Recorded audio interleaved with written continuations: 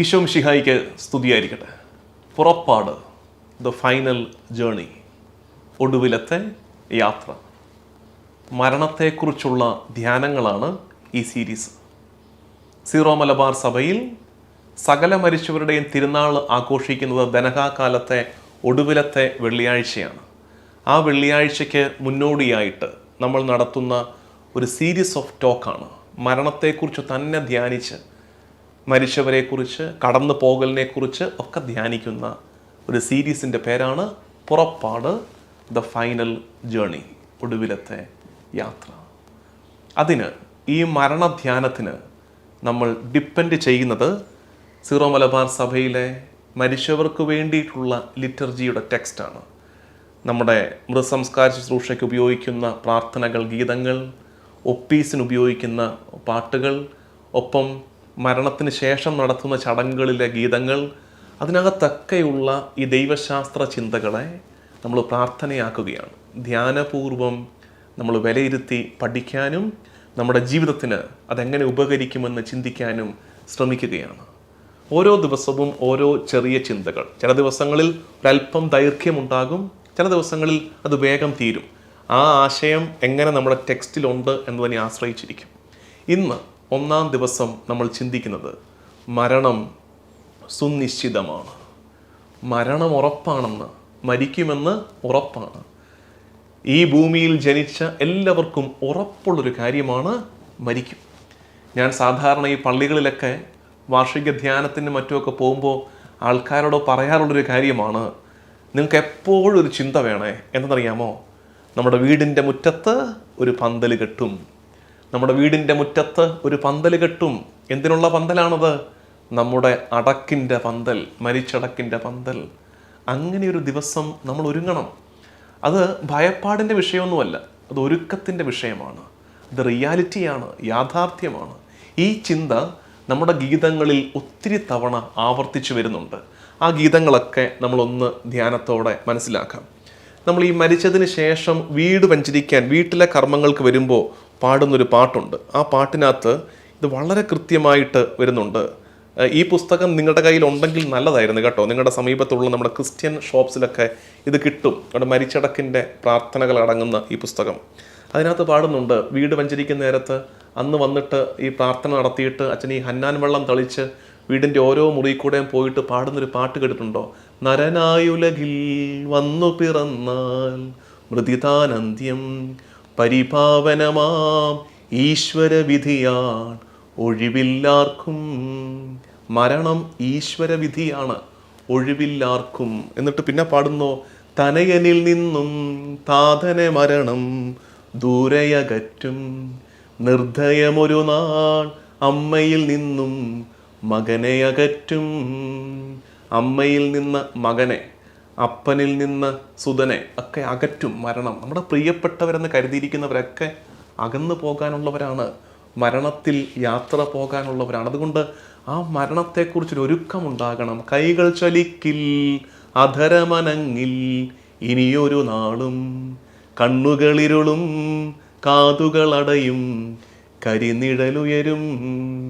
മരണത്തിൻ്റെ യാഥാർത്ഥ്യത്തെ മനസ്സിലാക്കി തരുന്ന പ്രാർത്ഥനയാണത്, ഗീതമാണത്. ഇനിയുമുണ്ടല്ലോ, നമ്മൾ ഈ മരിച്ചടക്കിൻ്റെ കർമ്മങ്ങൾ വീട്ടിൽ ആരംഭിക്കുമ്പോൾ അത് തുടങ്ങുമ്പോൾ തന്നെ ഒരു ഗീതമുണ്ട്. ആ ഗീതത്തിനകത്ത് ഇങ്ങനെ നമ്മൾ പാടുന്നുണ്ട്, ആദിപിതാവാമാദത്തെ സൃഷ്ടിച്ചവനാം ദൈവത്തിൽ ആശ്രയമഖിലമണയ്ക്കുന്നു, മർത്യനു ശരണം നീയല്ലോ. ലോകം വ്യർത്ഥം സകലേശ ഞങ്ങൾ കരുളുക നവജീവൻ. ലോകം വ്യർത്ഥം സകലേശ ഞങ്ങൾ കരുളുക നവജീവൻ. അതുകൊണ്ട് ഈ ഭൂമിയിലെ ജീവിതത്തിൻ്റെ നശ്വരതയെ, അതിൻ്റെ വ്യർത്ഥതയെ ഏറ്റുപറയുകയാണ് നമ്മൾ. അപ്പോൾ ഈ മരണവുമായിട്ട് ബന്ധപ്പെട്ട് മനസ്സിലാക്കേണ്ട ഒരു പ്രധാനപ്പെട്ട ചിന്തയാണ്, നമ്മളൊക്കെ പുറപ്പാടിനുള്ളവരാണ്. ദ ഫൈനൽ ജേണി, ഒടുവിലത്തെ യാത്ര പോകാനുള്ളവരാണ്. ഇനിയുമുണ്ട് ഈ ഭൂമിയിലെ ആഡംബരങ്ങളൊക്കെ. നമുക്കൊക്കെ ഒത്തിരി ലക്ഷറിയൊക്കെ ഉണ്ട്, ആവശ്യവും അനാവശ്യവും ആഡംബരവും ഒക്കെ നമ്മുടെ ജീവിതത്തിൽ നമുക്കുണ്ട്. അതിനകത്ത് ഈ ആഡംബരങ്ങളൊക്കെ കടന്നു പോകാനുള്ളതാണെന്ന് എത്ര ഭംഗിയായിട്ടെന്നറിയാമോ നമ്മളെ ഈ മരിച്ചടക്കിൻ്റെ കർമ്മത്തിൽ പാടി കേൾപ്പിക്കുന്നത്. അതെപ്പോഴാണ്? ഈ വീടിനോട് യാത്ര പറയുന്നില്ലേ? വീടിനോട് യാത്ര പറയുമ്പോൾ പ്രത്യേകിച്ച് പാടി യാത്ര പറയുകയാണ്. ഒടുവിൽ വീട്ടിലെ കർമ്മങ്ങളൊക്കെ കഴിഞ്ഞിട്ട് മൃതശരീരം ഇനി ദേവാലയത്തിലേക്ക് എടുക്കാമെന്ന് അച്ഛൻ അറിയിപ്പ് കൊടുത്തു കഴിയുമ്പോൾ ഹൃദയഭേദകമായൊരു പാട്ട് ഉയരത്തില്ലേ, വിടവാങ്ങുന്നേ നശ്വരമുലകിൽ.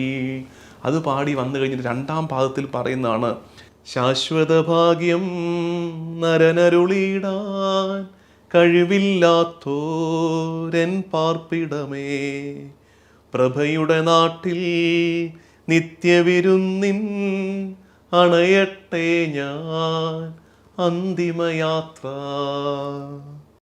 രണ്ടാമത്തെ പാദത്തിൽ നമ്മൾ പാടുന്നത് ശാശ്വത ഭാഗ്യം നരനരുളിയിടാൻ കഴിവില്ലാത്തോരൻ പാർപ്പിടമേ, പ്രഭയുടെ നാട്ടിൽ നിത്യവിരുന്നിൻ അണയട്ടെ ഞാൻ അന്തിമയാത്ര. ശാശ്വതമായൊരു സന്തോഷം, ഒരു അനുഗ്രഹം എനിക്ക് തരാൻ കഴിവില്ലാത്ത എൻ്റെ ഭൂമിയിലെ പാർപ്പിടമേ, വീടേ, നിന്നോട് ഞാൻ യാത്ര പറയുന്നു എന്ന് പറഞ്ഞിട്ടാണ് മൃതശരീരം നമ്മൾ ഭവനത്തിൽ നിന്ന് പുറത്തേക്ക് ഇറക്കുന്നത്. ഇനിയുമുണ്ടത്, താഴോട്ട് വരുമ്പോഴേക്കും നമ്മൾ പാടുന്നത്, ആഡംബരവും പ്രൗഢിയുമെല്ലാം നാശോന്മുഖമായി നിഷ്പ്രഭമാകും, പോകുന്നു ഞാൻ ലയമിയലാത്തോർ ഉന്നതമോർസ്ലേം പ്രാപിപ്പതിനായി. ഇവിടുത്തെ ആഡംബരവും പ്രൗഢിയുമൊക്കെ നിഷ്പ്രഭമായിട്ട് നശിച്ചു പോകാനുള്ളതാണെന്ന് ഏറ്റുപറയുന്നുണ്ട് നമ്മൾ ഈ ഗീതങ്ങളിലൊക്കെ. അതുകൊണ്ട് പ്രിയമുള്ളവരെ, ഇന്നത്തെ നമ്മുടെ ജീവിതം ഇനിയുണ്ട്. നമ്മൾ വലിയൊപ്പീസിനകത്ത് പാടുന്നൊരു പാട്ടില്ലേ, അസ്ഥിരമല്ലോ ഭുവനവും അതിലേ ജഡികാശകളും നീർപ്പോളകൾ പോൽ എല്ലാം മാഞ്ഞടിയുന്നു. എന്താ അതിൻ്റെ അർത്ഥം? ഇവിടുത്തെ ജീവിതം സ്ഥിരമല്ല, കടന്നു പോകാനുള്ളവരാണ് എന്ന ചിന്തയാണ്. ഇനിയും നമ്മൾ ഈ വലിയൊപ്പീസിനകത്ത് പാടുന്നൊരു പാട്ടുണ്ട്, മങ്ങിയൊരന്തി വെളിച്ചത്തിൽ ചെന്തി പോലൊരു മാലാഖ വിണ്ണിൽ നിന്നൻ മരണത്തിൻ സന്ദേശവുമായി വന്നരികിൽ. അപ്പം ഞാൻ പറയുന്നുണ്ട്, ഞാൻ ഒരു നിമിഷം ഒരുങ്ങട്ടെ. എന്നിട്ട് പിന്നെ പറയുന്നു, ദൂതൻ പ്രാർത്ഥന കേട്ടില്ല, സമയം തെല്ലും തന്നില്ല. ശരിക്കും മരണം പെട്ടെന്നൊരു ദിവസം സംഭവിക്കും കേട്ടോ. നേരത്തെ കത്തയച്ചിട്ട് അറിയിപ്പതുണ്ടല്ല മരണം വരുന്നത്. അതുകൊണ്ട് എപ്പോഴും ഒരുങ്ങിയിരിക്കുക പ്രിയമുള്ളവരെ. പുറപ്പാടിൻ്റെ ദ ഫൈനൽ ജേണിയുടെ ഈ ആദ്യത്തെ എപ്പിസോഡിൽ നമ്മൾ ധ്യാനിച്ച ചിന്ത എന്താണ്? നമ്മുടെ ഈ ഗീതങ്ങൾ വെച്ച് നമ്മൾ ധ്യാനിക്കുകയായിരുന്നു, മരണം ഇറ്റ്സ് സർട്ടൺ, ഇറ്റ്സ് ഇന്നെവിറ്റബിൾ, ഒഴിച്ചുകൂടാൻ പറ്റാത്തതാണ് മരണം. അതുകൊണ്ട് എന്ത് ചെയ്യണം? ആ റിയാലിറ്റിയെ മനസ്സിലാക്കി ഒരുങ്ങിയിരിക്കാൻ നമുക്ക്. മരണത്തിനായിട്ട് ഓരോ നിമിഷവും ഒരുങ്ങിയിരിക്കാൻ നമുക്ക് പറ്റട്ടെ. ഇത് ഭയപ്പാടിൻ്റെ വിഷയമല്ല, ഇത് യാഥാർത്ഥ്യത്തിൻ്റെ വിഷയമാണെന്ന് മനസ്സിലാക്കി നാളെ പുറപ്പാട് 2-ാം ദിനം താല്പര്യത്തോടെ പ്രാർത്ഥനയോടെ നമുക്ക് കാത്തിരിക്കാം. ദൈവനാമത്തിന് മഹത്വമുണ്ടാകട്ടെ. ആമീൻ.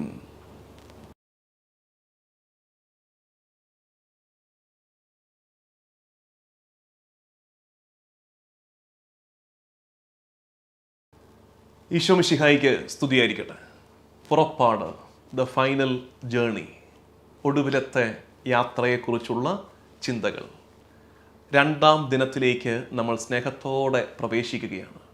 1-ാം ദിനം ആരെങ്കിലും കേൾക്കാനുണ്ടെങ്കിൽ അത് കേട്ടിട്ട് വരണമെന്ന് ഓർമ്മിപ്പിക്കുന്നു. 1-ാം ദിവസം നമ്മൾ ചിന്തിച്ചത് മരണം സുനിശ്ചിതമാണ്, ഒഴിച്ചുകൂടാനാകാത്തതാണ്, ഇന്നെവിറ്റബിൾ ആണ് എന്നതാണ് നമ്മൾ ചിന്തിച്ചത്.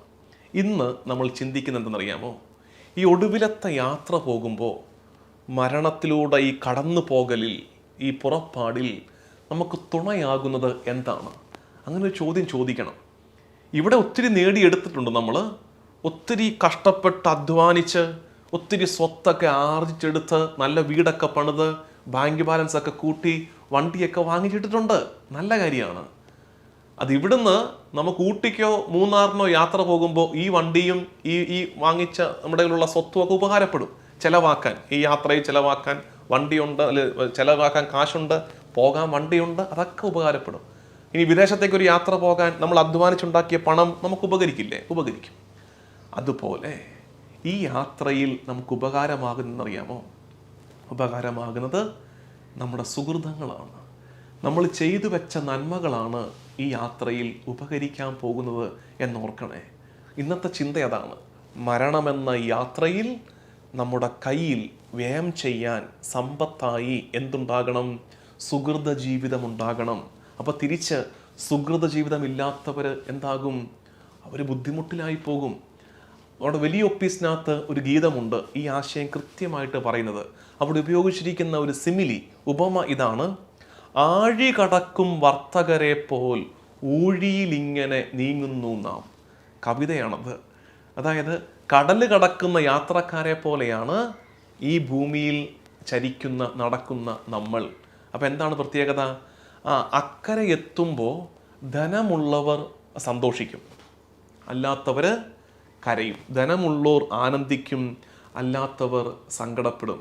ശാശ്വതമാം ധനമുള്ളവരെല്ലാം അന്ത്യദിനത്തിൽ വിജയം നേടും. ശാശ്വത ധനം കയ്യിലുള്ളവരൊക്കെ അവസാനം വിജയിക്കും. അപ്പം എന്താ ഈ ശാശ്വത ധനം? അതാണ് കർത്താവ് തമ്പുരാൻ പറയുന്നത്, നിങ്ങളുടെ നിക്ഷേപങ്ങൾ സ്വർഗത്തിലായിരിക്കട്ടെ. തുരുമ്പും കീടങ്ങളും നശിപ്പിക്കാത്ത സ്വർഗത്തിൽ നിക്ഷേപങ്ങൾ കൂട്ടിവെക്കുമെന്ന് കർത്താവ് പറഞ്ഞതിൻ്റെ അർത്ഥം ഇപ്പം മനസ്സിലാകുന്നുണ്ടോ? ബാക്കി ഇവിടെ നിക്ഷേപിച്ചവരുടെ നിക്ഷേപങ്ങളൊക്കെ അങ്ങേയറ്റം മരണം വരെ കണ്ടിട്ടില്ലേ? മരിച്ചടക്കിന് നമ്മൾ എത്ര നേടിയെടുത്തതാണെങ്കിലും വെട്ടിപ്പിടിച്ചതാണെങ്കിലും ഒടുക്കം നമ്മുടെ കൈ രണ്ടും കൂടി ഇങ്ങനെ ചേർത്ത് കെട്ടിവെച്ചിട്ട് ആ കൈക്കുള്ളിലൊരു കുരിശവും കൊന്തയും പിടിച്ച് നമ്മളൊരു യാത്ര പോവല്ലേ? അത്രയേ ഉള്ളന്നേ. അത്രയും അവസാനം കയ്യിൽ ഒതുങ്ങൂ ആ കുരിശും ആ കൊന്തയും. അതുകൊണ്ട് നന്മയുടെ ശേഷിപ്പുകൾ ഉണ്ടാകട്ടെ നമുക്ക്. ആ വലിയ ഒപ്പീസിനകത്ത ഗീതം ഇങ്ങനെയാണ്: ആഴികടക്കും വർത്തകരെ പോ ഊഴിയിലിങ്ങനെ നീങ്ങുന്നു നാം, കരയെത്തുമ്പോൾ ധനമില്ലാത്തോ കരയും മറ്റവരാനന്ദിക്കും, ശാശ്വതമാം ധനമുള്ളവരെല്ലാം അന്ത്യദിനത്തിൽ വിജയം നേടും. ശാശ്വതമാം ധനമുള്ളവരെല്ലാം അന്ത്യദിനത്തിൽ വിജയം നേടും. ഈ വരികളെ ധ്യാനിച്ച് പ്രാർത്ഥിക്കണം. ആഴി കടക്കും വർത്തകരെ പോൽ ഊഴിയിലിങ്ങനെ നീങ്ങുന്നു നാം. ഒടുക്കം കർത്താവ് നമുക്ക് സമ്മാനം തരും, പ്രതിഫലം നൽകും. നമ്മൾ ചെയ്തു വെച്ചതിനൊക്കെ കർത്താവ് സമ്മാനം തരുന്ന ഒരു ദിവസമുണ്ടാകും. ആ ചിന്തയും ഈ വലിയ ഒപ്പീസിൻ്റെ ഗീതങ്ങളിൽ നമ്മൾ പ്രാർത്ഥിക്കുന്നുണ്ട്. അതിങ്ങനെയാണ്: അധ്വാനത്തിനു സമ്മാനം നേടാൻ നാഥാമൃതരല്ല, നിന്നുടയാഗമ ദിനവും കാത്ത് അക്ഷമരായി കഴിയുന്നു.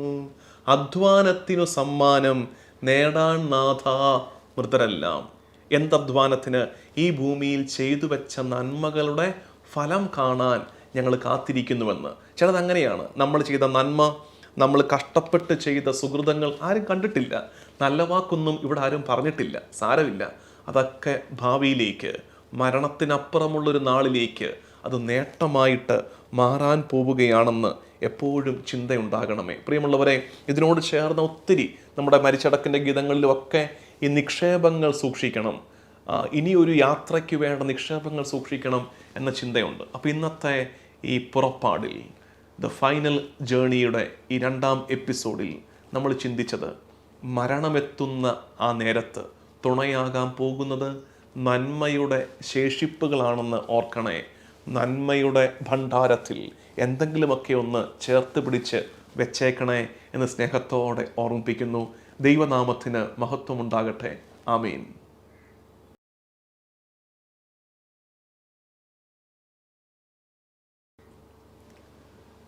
ഈശോ മിശിഹായിക്ക് സ്തുതിയായിരിക്കട്ടെ. പുറപ്പാട്, ദ ഫൈനൽ ജേണി, ഒടുവിലത്തെ യാത്രയെക്കുറിച്ചുള്ള നമ്മുടെ ധ്യാനങ്ങൾ തുടരുകയാണ്. 3ാം ദിവസമാണ് ഇന്ന്. 1ാം ദിവസം മരണം സുനിശ്ചിതമാണ് എന്ന് നമ്മൾ ധ്യാനിച്ചു. 2ാം ദിവസം ഈ യാത്രയിൽ തുണയാകുക നമ്മൾ ചെയ്തു വെച്ച സുഹൃതങ്ങളാണെന്ന് നമ്മൾ മനസ്സിലാക്കി. ഒടുവിലൊരു സമ്മാനം കർത്താവ് തരും. അതിന് നമ്മുടെ നന്മയുള്ള ജീവിതം നമുക്ക് ഉപകാരമാകുമെന്ന് നമ്മൾ ഇന്നലെ ധ്യാനിക്കുകയായിരുന്നു. ഇന്ന് നമ്മൾ ചിന്തിക്കുന്നത് വളരെ പ്രധാനപ്പെട്ട ഒരു വിഷയമാണ്. പ്രത്യേകിച്ച് ഈ പൗരസ്ത്യ സഭയ്ക്ക് സീറോ മലബാർ സഭ ഒരു പൗരസ്ത്യ സഭയാണെന്ന്, ഈസ്റ്റേൺ ചർച്ചാണെന്ന് നിങ്ങൾക്കറിയാം. നമ്മൾ സൺഡേ സ്കൂളിലൊക്കെ മരണത്തിന് ശേഷം എന്താണ്, അല്ലെങ്കിൽ മനുഷ്യൻ്റെ അന്ത്യങ്ങൾ 4 പണ്ട് പഠിച്ചത് ഓർമ്മയുണ്ടോ? മനുഷ്യൻ്റെ അന്ത്യങ്ങൾ 4 ഏതൊക്കെയാണ്? നമസ്കാരങ്ങളിൽ പഠിച്ചതാണ്. മരണം, വിധി, സ്വർഗം അഥവാ നരകം. ഇതാണ് മനുഷ്യൻ്റെ അന്ത്യങ്ങളായിട്ട് പറയുന്നത്. അപ്പോൾ സാധാരണഗതിയിൽ നമ്മൾ ഒരു കാത്തലിക് അണ്ടർസ്റ്റാൻഡിങ്ങിൽ മരണത്തിന് ശേഷമുള്ള കാര്യങ്ങളെക്കുറിച്ച് പറയുന്നത് ഇത് സഭയുടെ പഠിപ്പീരാണ്, വിശുദ്ധ ഗ്രന്ഥാധിഷ്ഠിതമായി, ഒപ്പം സഭയുടെ പാരമ്പര്യത്തോട് ചേർന്ന് ഔദ്യോഗിക പ്രബോധനമായിട്ട് നമുക്ക് ലഭിച്ചിരിക്കുന്നത് മരണത്തിന് ശേഷം തനതുവിധിയുണ്ട്. തനതുവിധിയിൽ 3 സാധ്യതകളുണ്ട്: സ്വർഗം, ശുദ്ധീകരണ സ്ഥലം, നരകം. ഇനി അന്ത്യകാലത്ത് അന്ത്യവിധി ഉണ്ടാകും. ആ അന്ത്യവിധിയിൽ എന്ത് സംഭവിക്കും? 2 ഓപ്ഷൻസേ ഉള്ളൂ: ശുദ്ധീകരണ സ്ഥലം പൂട്ടും, നിത്യ സ്വർഗവും നിത്യ നരകവും. ഇങ്ങനെയാണ് നമ്മൾ പഠിച്ചു വെച്ചിരിക്കുന്നത്. അപ്പോൾ ശുദ്ധീകരണ സ്ഥലത്തെ ആത്മാക്കൾക്ക് വേണ്ടി നമ്മൾ പ്രാർത്ഥിക്കണം, അവരെ ദൈവത്തിന് മുമ്പാകെ കാഴ്ചവെക്കണം. അതാണ് ഒരു കാത്തലിക് അണ്ടർസ്റ്റാൻഡിങ്. ശരിക്കും പറഞ്ഞാൽ ഇത് more like A western understanding ആണ്. പാശ്ചാത്യ രീതിയിൽ മനസ്സിലാക്കുന്നതാണ് ഇങ്ങനെ കൃത്യം നിർവചനങ്ങൾ വെച്ച്. പൗരസ്ത്യ സഭ മരണത്തെ കൂടുതൽ മനസ്സിലാക്കുന്നത് ഉറക്കമായിട്ടാണ്. പൗരസ്ത്യ സഭ, സീറോ മലബാർ സഭ, നമ്മുടെ പ്രാർത്ഥനകൾ നമുക്ക് മനസ്സിലാകുന്നത്, മരണത്തെ മനസ്സിലാക്കുന്നത് ഉറക്കത്തിലേക്ക് പ്രവേശിച്ചു എന്നേ ഉള്ളൂ. അത് കുറച്ചുകൂടെ ബിബ്ലിക്കലാണ് താനും. ഇത് രണ്ടും തമ്മിലുള്ള വ്യത്യാസം പറയുകയല്ല, രണ്ടും മനസ്സിലാക്കി വെക്കുക എന്നേ ഉള്ളൂ. മരണമുറക്കം താൻ, അതല്ല ഈശോയും പറഞ്ഞത്. ബാലിക മരിച്ചിട്ടില്ല, അവൾ ഉറങ്ങുകയാണ്. ഈ ഉറക്കത്തെക്കുറിച്ച് നമ്മൾ കൃത്യം അത് തന്നെ പറയുന്നുണ്ട്. ബാലിക മരിച്ചിട്ടില്ല, ഉറങ്ങുകയാണെന്ന് കർത്താവ് പറഞ്ഞില്ലേ? അതേ ഉറക്കമാണിതെന്ന് നമ്മുടെ ഒരു ബോധന ഗാനത്തിൽ നമ്മൾ സിമിത്തേരിയിലെ ചാപ്പലിൽ കൊണ്ടുവന്ന് മൃതശരീരം വെച്ചിട്ട് പാടുന്ന പാട്ടുകളില്ലേ? ആ പാട്ടില് സ്ത്രീകളാണ് മരിച്ചതെങ്കിൽ പാടുന്നൊരു പാട്ടില്ലേ? മിശിഹ കർത്താവിൻ ദാസി വിധി നാളിൽ കാഹള സംഗീതം നിന്നെ വിളിക്കട്ടെ, മഗ്ദല മറിയമണിഞ്ഞൊരുവൻ മഹിമദ്യുതിയോടെ. അതിൻ്റെ 3-ാം പാദത്തിൽ വിലപിച്ചുകൊണ്ടിരിക്കുന്നവരോട് പറഞ്ഞു കൊടുക്കുന്നൊരു ബോധനമുണ്ട്, ഒരു ടീച്ചിങ് ഉണ്ട്. ഈ ഗീതത്തെ വിളിക്കുന്നത് തന്നെ ബോധന ഗാനമെന്നാണ്. അതായത് പ്രബോധനം കൊടുക്കുകയാണ്. എന്നിട്ട് പാടുന്ന ഇങ്ങനെയാണ്: മൃതിയോർത്തിനി നിങ്ങൾ കഥനം തുടരാതെ, രക്ഷാവചനങ്ങൾ കേട്ടു നടന്നിടുവിൻ, പുനരുത്ഥാനം വരുമല്ലോ, മരണമുറക്കം താൻ. വിലപിക്കുന്നവരോട് പറയുകയാണ് പുനരുത്ഥാനം വരും. ഇതൊരു ഉറക്കമാണ്, ഒന്ന് ഉറങ്ങിയെന്നേ ഉള്ളൂ. മരണത്തെ എങ്ങനെ മനസ്സിലാക്കുന്നു നമ്മൾ? മരണം ഉറക്കമാണ് എന്ന് മനസ്സിലാക്കണം. ഇനി ഈ ഉറക്കത്തിൻ്റെ പ്രത്യേകത എന്താണ്? ഈ ഉറക്കത്തിൻ്റെ പ്രത്യേകത അന്ത്യകാലത്ത് നമ്മുടെ കർത്താവ് തമ്പുരാൻ വാനമേഘങ്ങളിൽ വരുമ്പോൾ അവൻ്റെ സ്വരം കേട്ട് ഉണരാനുള്ള ഉറക്കമാണിത്. അന്ത്യകാലത്ത് കർത്താവ് തമ്പുരാൻ വാനമേഘങ്ങളിൽ വരുമ്പോൾ അവൻ്റെ സ്വരം കേട്ട് ഉണരാനുള്ള ഉറക്കത്തിലേക്ക് നമ്മൾ പ്രവേശിച്ചതിൻ്റെ പേരാണ് മരണം. ആ അർത്ഥം വരുന്ന ഗീതങ്ങൾ, പ്രത്യേകിച്ച് നമ്മൾ ഭവനത്തോട് യാത്ര പറയുന്ന ആ ഗീതമില്ലേ, അത് വളരെ സുന്ദരമാണ്. അത് നിങ്ങൾ വല്ലപ്പോഴൊക്കെ ഉണ്ടല്ലോ, നമ്മൾ ഈ ഒത്തിരി ഭക്താഭ്യാസങ്ങളുടെ പുറകെ പോയില്ലെങ്കിലും നമ്മുടെ ഇത്തരം ബേസിക് ടെക്സ്റ്റുകളില്ലേ, പ്രാർത്ഥനാ പുസ്തകങ്ങൾ, പ്രത്യേകിച്ച് നമ്മുടെ ലിറ്റർജിയുടെ ഭാഗമായ പ്രാർത്ഥനാ പുസ്തകങ്ങൾ, ഇത് മരിച്ചടക്കിൻ്റെ കർമ്മങ്ങളൊക്കെ ഈ സാക്രമെൻ്റലാണ്. കൂദാശ അനുകരണങ്ങളിൽ ലിറ്റർജിയിൽ 3 ഭാഗങ്ങളുണ്ട്. നമുക്കറിയാം 3 കാര്യങ്ങളുണ്ട്: കൂദാശകൾ, കൂദാശ അനുകരണങ്ങൾ, ഒപ്പം ഇത് നമ്മുടെ ഡിവൈൻ ഓഫീസ്, യാമപ്രാർത്ഥനകൾ. അപ്പോൾ കൂദാശ അനുകരണങ്ങളിൽ വരുന്നതാണ് ഈ മരിച്ചടക്കിൻ്റെ കർമ്മങ്ങളും പ്രാർത്ഥനകളും ഒക്കെ. വല്ലപ്പോഴും ഒരിക്കലും ഈ പുസ്തകമൊക്കെ എടുത്തു വെച്ചിരുന്നൊന്ന് വായിക്കുകയും ധ്യാനിക്കുകയും ചെയ്യുന്നത് ഒത്തിരി ഉപകാരമാകും. ഈ വിടവാങ്ങലിൻ്റെ പ്രാർത്ഥന, വിടവാങ്ങുന്നേ നശ്വരമുലകിൽ വിടുതി എനിക്കായി നൽകിയ വസതി എന്ന് പറഞ്ഞ് ആ ഭവനത്തോട് യാത്ര പറയുന്നയാൾ പിന്നെ പറയുന്നൊരു കാര്യമുണ്ട്: വിധിയുടെ ദിവസം മിശിഹാരാജൻ വിണ്ണിൽ വരുമ്പോൾ മൃതരെഴുന്നേൽക്കും, ജീവിപ്പവരോ വിസ്മയകരമായി രൂപാന്തരവും പ്രാപിച്ചിടും. വിധിയുടെ ദിവസം മിശിഹാരാജൻ വിണ്ണിൽ വരുമ്പോൾ മൃതരെഴുന്നേൽക്കും. ഇതാണ് നേരത്തെ പറഞ്ഞത്. കർത്താവ് തമ്പുരാൻ അന്ത്യവിധിക്കായി വരുന്ന ദിവസം ഉറങ്ങിയവരൊക്കെ എഴുന്നേൽക്കുന്ന അനുഭവമുണ്ടാകും. ഇനിയുമുണ്ട്.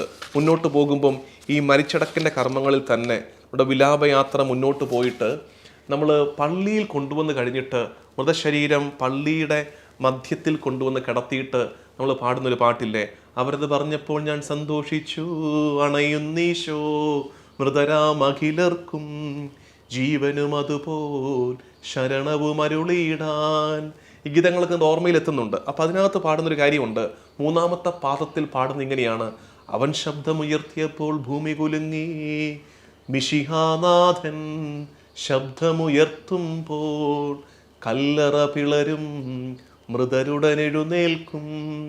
മിശിഹാനാഥൻ ശബ്ദമുയർത്തുമ്പോൾ കല്ലറ പിളരും, മൃതരുടൻ എഴുന്നേൽക്കും. അപ്പം കർത്താവ് തമ്പുരാൻ്റെ ശബ്ദം കേട്ട് ഉണരാനുള്ള ഉറക്കത്തിലേക്കാണ് നമ്മൾ പ്രവേശിച്ചിരിക്കുന്നത്. ഇനിയും മുന്നോട്ട് അതേ കാര്യം തന്നെ ആ ഗീതത്തിൻ്റെ തുടർച്ചയായിട്ട് തന്നെ നമ്മൾ പാടുന്നുണ്ട്. മേഘത്തേരിൽ നാഥൻ എഴുന്നള്ളും, മൃതരെ വിളിക്കും, ജീവൻ അവർക്കേകും. മേഘത്തേരിൽ കർത്താവ് തമ്പുരാൻ എഴുന്നള്ളി വന്ന് മൃതരെ, ഉറങ്ങിയവരെ വിളിച്ച് അവർക്ക് ജീവൻ കൊടുക്കുമെന്ന് നമ്മൾ ഏറ്റുപാടുകയാണ്. അപ്പോൾ പ്രിയമുള്ളവരെ, ഇപ്പം നമുക്ക് മനസ്സിലായത് എന്താണ്? നമ്മുടെ അണ്ടർസ്റ്റാൻഡിങ്ങിൽ, നമ്മുടെ വിശ്വാസത്തിൽ മരണം ഒരു ഉറക്കമാണ്. ഉറക്കത്തിലേക്ക് പ്രവേശിച്ചിരിക്കുകയാണ്. ഈ ഉറക്കം എപ്പോഴാണ് ഇനി മുറിയാൻ പോകുന്നത്? കർത്താവ് തമ്പുരാൻ വാനമേഘങ്ങളിൽ വരുമ്പോൾ, അത് നമ്മുടെ പ്രാർത്ഥനകളിലൊക്കെ ഉണ്ട്. ഒപ്പിച്ചിനകത്ത പ്രാർത്ഥനകളൊക്കെ ശ്രദ്ധിച്ചേ. കർത്താവേ, നീ വാനമേഘങ്ങളിൽ എഴുന്നള്ളി വരുമ്പോൾ ഞങ്ങളുടെ പൂർവികർ, ഞങ്ങളുടെ കടന്നു പോയവർ നിന്നോടൊപ്പം ഉദ്ധാനം അനുഭവിക്കട്ടെ എന്ന ചിന്ത പല ആവർത്തി നമ്മുടെ പ്രാർത്ഥനയിൽ വരുന്നുണ്ട്. ഇതിനോട് ചേർന്ന് ഒരു വാക്കാണ് കാഹളം മുഴങ്ങും. നമ്മുടെ ഗീതങ്ങളിലുണ്ട്. ഇനി നിങ്ങൾ ശ്രദ്ധിക്കണം, കാഹളം മുഴങ്ങും. അന്ത്യകാലത്ത് ഒരു കാഹളം മുഴങ്ങും. ആ കാഹളമാണ് മിശിഹായുടെ രണ്ടാം വരവിൻ്റെ സൂചന, മൃതരുടെ ഉയർപ്പിൻ്റെ സൂചന. ആ കാഹള സൂചനയും ഒത്തിരി അധികമുണ്ട്. നമുക്കത് മനസ്സിലാക്കാം. ഒന്ന്, ഈ മരിച്ചടക്കിൻ്റെ കർമ്മത്തിൽ തന്നെ നേരത്തെ പറഞ്ഞില്ലേ, നമ്മൾ വിടവാങ്ങുന്നേൻ പാടി യാത്ര പോകുമ്പോൾ ഈ കാഹളത്തിന് ദൂതർ വിളിക്കും കാഹളനാദം, വിധിനാളുയരും മോഹനഗാനം, അതു കേട്ടുണരും മൃതരെല്ലാരും, ത്രിത്വത്തിനായി കീർത്തനമോതും. ദൂതർ വിളിക്കും കാഹളനാദം. അങ്ങനെ ഒരു കാഴ്ചയും കൂടെ ഉണ്ട്. കർത്താവ് തമ്പുരാന്റെ രണ്ടാം വരവിന് മുമ്പ് സ്വർഗത്തിൻ ദൂതന്മാർ കാഹളം മുഴക്കി കർത്താവിൻ്റെ വരവറിയിക്കും. ഒപ്പം ആ കാഹളത്തിൽ മൃതര് എഴുന്നേൽക്കും. ഈ കാഹളവും ധ്യാനിക്കണം. ഒത്തിരി ഉണ്ട്. നിങ്ങൾ ഇനി ഇത് നോക്കുമ്പോൾ കാണാൻ പറ്റുമോ പ്രിയമുള്ളവരെ? ഇന്ന് നമ്മുടെ ഈ പുറപ്പാട്, ദ ഫൈനൽ ജേർണിയുടെ മൂന്നാമത്തെ എപ്പിസോഡിൽ നമ്മൾ ചിന്തിച്ചത് എന്താണ്? മരണം ഉറക്കമാണ്. ഈ ഉറക്കത്തിൻ്റെ പ്രത്യേകത എന്താണ്? കർത്താവ് തമ്പുരാൻ വാനമേഘങ്ങളിൽ വരുമ്പോൾ ഉണരാനുള്ള ഉറക്കമാണ്. അവൻ്റെ വരവിന് മുമ്പ് ഒരു കാഹളം മുഴങ്ങും. ദൂതർ കാഹളം മുഴക്കും. ആ കാഹളധ്വനിയിൽ നമ്മൾ എഴുന്നേൽക്കും. നല്ല ദിവസം ആശംസിക്കുന്നു. നമുക്ക് നാളത്തെ ധ്യാനത്തിലേക്ക് പ്രാർത്ഥിച്ചൊരുങ്ങാം. ഈ വിശേഷം, ഈ ധ്യാനം മറ്റുള്ളവരിലേക്ക് പങ്കുവയ്ക്കുകയും ചെയ്യാം. ദൈവനാമത്തിന് മഹത്വമുണ്ടാകട്ടെ. ആമേൻ.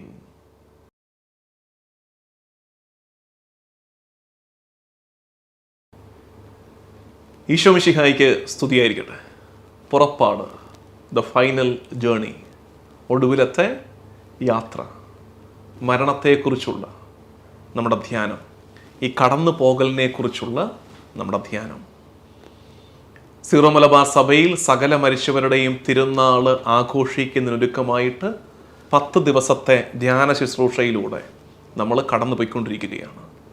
ഇത് ഒരേ സമയം ആത്മീയ അനുഭവമാകണം, ഒപ്പം പ്രബോധനമാകണം, അറിവ് പകരണം നമുക്ക്. ഇത് നമുക്ക് കുറച്ചുകൂടെ തീക്ഷ്ണതയോടെ ഈ ശുശ്രൂഷകളിലൊക്കെ പങ്കെടുക്കാനും, ഒപ്പം നമ്മുടെ തന്നെ മരണത്തിന് ഒരുങ്ങാനും, ഒടുക്കം കർത്താവിനെ കാണുന്ന ആ ദിവസത്തിനു വേണ്ടി കാത്തിരിക്കാനും ഒക്കെ നമ്മളെ സഹായിക്കുന്നതാകണം. ഇന്ന് നമ്മൾ ചിന്തിക്കുന്നത് എന്തെന്നറിയാമോ? ഈ മരണത്തിൻ്റെ തിരുക്കർമ്മങ്ങളിൽ, മൃതസംസ്കാര തിരുക്കർമ്മങ്ങളിലുള്ള ആശയങ്ങളെ നമ്മളിങ്ങനെ എക്സ്ട്രാക്ട് എല്ലാം ഒന്നും എടുക്കുന്നില്ല കേട്ടോ. കുറച്ച് നമുക്ക് ഷെയർ ചെയ്യാൻ പറ്റുന്നത്, അതിൽ തന്നെ ആ വിഷയത്തെ ബാധിക്കുന്ന എല്ലാ ഭാഗവും എടുക്കുന്നില്ല, ജസ്റ്റ് മെൻഷൻ ചെയ്ത് പോവുകയാണ് നമ്മൾ ചെയ്യുന്നത്. ഇന്ന് നമ്മൾ ചിന്തിക്കുന്നത്, നമുക്കറിയാം നമ്മുടെ ക്രൈസ്തവ ജീവിതത്തിൽ വിശുദ്ധർക്ക് വലിയ റോളുണ്ട്. വിശുദ്ധരുടെ മാധ്യസ്ഥ്യം നമ്മൾ തേടുന്നുണ്ട്. വിശുദ്ധരുടെ മാതൃക നമുക്ക് പ്രചോദനമാണ്. മരണത്തിൻ്റെ നേരത്തും വിശുദ്ധരുടെ റോള് നമ്മൾ ഏറ്റുപറയുന്നുണ്ട്. അത് ശരിക്കും നമ്മൾ ചിന്തിക്കേണ്ട ഒന്നാണ്. നമ്മുടെ കർമ്മങ്ങളിലൊക്കെ ഈ വിശുദ്ധരുടെ റോൾ എന്താണെന്നുള്ളത്, പ്രത്യേകിച്ച് ഒരു മരണം നടക്കുമ്പോൾ വിശുദ്ധ റോൾ എന്താണെന്നുള്ളത് പ്രത്യേകം ഏറ്റു പറയുന്നുണ്ട്. 3 കാര്യങ്ങളാണ് പറയുന്നത്. അത് ആദ്യമേ അങ്ങ് പറയാം. എന്നിട്ട് അത് നമുക്ക് കിട്ടുന്നത് ഏത് ഗീതങ്ങളിൽ നിന്നാണെന്ന് നമുക്ക് തേടി പോവുകയും ചെയ്യാം. ഒന്നാമത്തത്, മരണത്തെക്കുറിച്ചുള്ളൊരു സുന്ദരമായ കാഴ്ചപ്പാട്. നമ്മൾ മരിച്ചു കഴിയുമ്പോൾ വിശുദ്ധര് ഇറങ്ങി വന്ന് നമ്മളെ കൂട്ടിക്കൊണ്ടു പോകും എന്നൊരു ചിന്തയുണ്ട്. നമ്മുടെ പ്രാർത്ഥനകളിലുള്ളതാണ്. നമ്മൾ മരിച്ചു കഴിയുമ്പോൾ വിശുദ്ധരിറങ്ങി വന്ന് അവരുടെ ഗണത്തിലേക്ക് നമ്മളെ കൂട്ടിക്കൊണ്ടു പോകുമെന്ന്. രണ്ടാമത്തെ ഒരു ചിന്ത, നമ്മൾ മരിച്ചു കഴിയുമ്പോൾ പോകുന്ന സ്ഥലം അത് വിശുദ്ധന്മാരുടെ ഇടമാണ്. അതാണല്ലോ സ്വർഗം. വിശുദ്ധരൊക്കെ സ്വർഗത്തിലാണല്ലോ. അപ്പം നമ്മൾ മരിച്ചു കഴിഞ്ഞ് ചെല്ലുന്ന ആ സ്ഥലം പരിശുദ്ധന്മാരുടെ ഇടമായിട്ട്, വിശുദ്ധരുടെ ഇടമായിട്ട് നമ്മൾ പറയുന്നു. മറ്റൊരു കാര്യം, വിശുദ്ധരുടെ റോള്, നമ്മൾ വിശുദ്ധരോട് സഹായം ചോദിക്കുന്നുണ്ട്. വിശുദ്ധരെ ഞങ്ങൾക്ക് വേണ്ടി പ്രാർത്ഥിക്കണേ എന്ന് സഹായം ചോദിക്കുന്നു. അപ്പോൾ ഈ 3 കാര്യങ്ങൾക്ക് ചേരുന്ന, അതിൻ്റെ ആശയം കിട്ടുന്ന ഗീതങ്ങൾ നമുക്ക് ധ്യാനപൂർവ്വം പ്രാർത്ഥിക്കാം. ഒന്നാമത്തത്, നമ്മൾ ഭവനത്തിലെ കർമ്മങ്ങൾ ആരംഭിച്ച് കഴിയുമ്പോൾ പാടി വരുന്നൊരു പാട്ടുണ്ട്. അമ്പരവീതിയിൽ അഖിലേശൻ മിശിഹാരാജൻ എഴുന്നള്ളും, പരിശുദ്ധന്മാരണിയണിയായി എതിരേൽപ്പിന്നു നിരന്നീടും, ആനന്ദത്തിൻ മണിയറയിൽ ചിരമായി വാണിടും അവരെല്ലാം. കർത്താവ് വരുമ്പോൾ വിശുദ്ധരും ഒരുങ്ങി വന്നിട്ട് എല്ലാവരെയും കൂടെ ചേർത്ത് കർത്താവിൻ്റെ മണിയറയിൽ നമ്മളെ ചേർക്കുമെന്നുള്ളതാണ്. പരിശുദ്ധന്മാർ എതിരേൽപ്പിനായിട്ട് ഈശോയെ എതിരേൽക്കുന്നു, ഒപ്പം നമ്മളെയും ആ ഇടത്തേക്ക് ചേരുന്ന നമ്മളെയും ചേർത്ത് പിടിക്കാൻ വിശുദ്ധര് ഇറങ്ങി വരും എന്നൊരു ചിന്ത ഇനിയുമുണ്ടത്. ഇനിയും നമുക്ക് ആ ആശയം കിട്ടുന്നത് മൃതസംസ്കാര ശുശ്രൂഷയിൽ തന്നെ നമ്മൾ യാത്ര പറഞ്ഞു പോകുന്ന, ഞാൻ പലതവണ ഇപ്പം കോട്ട് ചെയ്ത പാട്ടല്ലേ വിടവാങ്ങുന്നേൻ, അതിൽ നമ്മൾ പാടുന്നൊരു പാട്ടുണ്ട്. പരിശുദ്ധന്മാർ എതിരേൽപ്പിനു അമ്പരമധ്യേ നിരചേരുന്നു, സ്നേഹിതരെ ഞാൻ അവരുടെ അണിയിൽ ചേരുന്നതിനായി പ്രാർത്ഥിക്കണമേ. അതായത് ഈ യാത്ര പോകുന്ന ആള് നമ്മളോട് പറയുകയാണ്, ഞാൻ കാണുന്നു പരിശുദ്ധന്മാർ എതിരേൽപ്പിനു അമ്പരമധ്യേ നിരചേരുന്നു. ആകാശത്ത് വിശുദ്ധര് എന്നെ സ്വീകരിക്കാനായിട്ട് നിരയായിട്ട് നിൽക്കുന്നത് ഞാൻ കാണുന്നു പ്രിയരേ. എന്നിട്ടോ, സ്നേഹിതരെ ഞാൻ അവരുടെ അണിയിൽ ചേരുന്നതിനായി എനിക്ക് വേണ്ടി പ്രാർത്ഥിക്കണമെന്ന് നമ്മളോട് യാചിച്ചിട്ടാണ് ഈ മരിച്ചയാൾ കടന്നു പോകുന്നത്. ആ ഗണത്തിൽ ഞാനും എണ്ണപ്പെടാൻ, ആ കൂട്ടത്തിൽ ഞാനും പോയി നിൽക്കാൻ നിങ്ങൾ എനിക്ക് വേണ്ടി പ്രാർത്ഥിച്ചേക്കണേ. അങ്ങനെ വരുമ്പോൾ എന്താ മെച്ചം? നാളെ നിങ്ങൾ കയറി വരുമ്പോൾ നിങ്ങൾ റിസീവ് ചെയ്യാൻ ഞാൻ അവിടെ കാണുമെന്നാണ് അതിൻ്റെ അർത്ഥം. ഇനിയും ഇത് വിശുദ്ധരുടെ ഇടമാണ്. നമ്മൾ ചെന്ന് കയറുന്ന സ്ഥലം വിശുദ്ധരുടെ ഇടമാണ് എന്നതിൻ്റെ സൂചന. അതും നമ്മൾ ഈ പാടിയ പാട്ടിൽ, നമ്മൾ ഈ വീട്ടിൽ കർമ്മം തുടങ്ങുമ്പോൾ പാടുന്ന പാട്ടില്ലേ, അവിടെ തന്നെയുണ്ട്. ഇങ്ങനെയാണത്.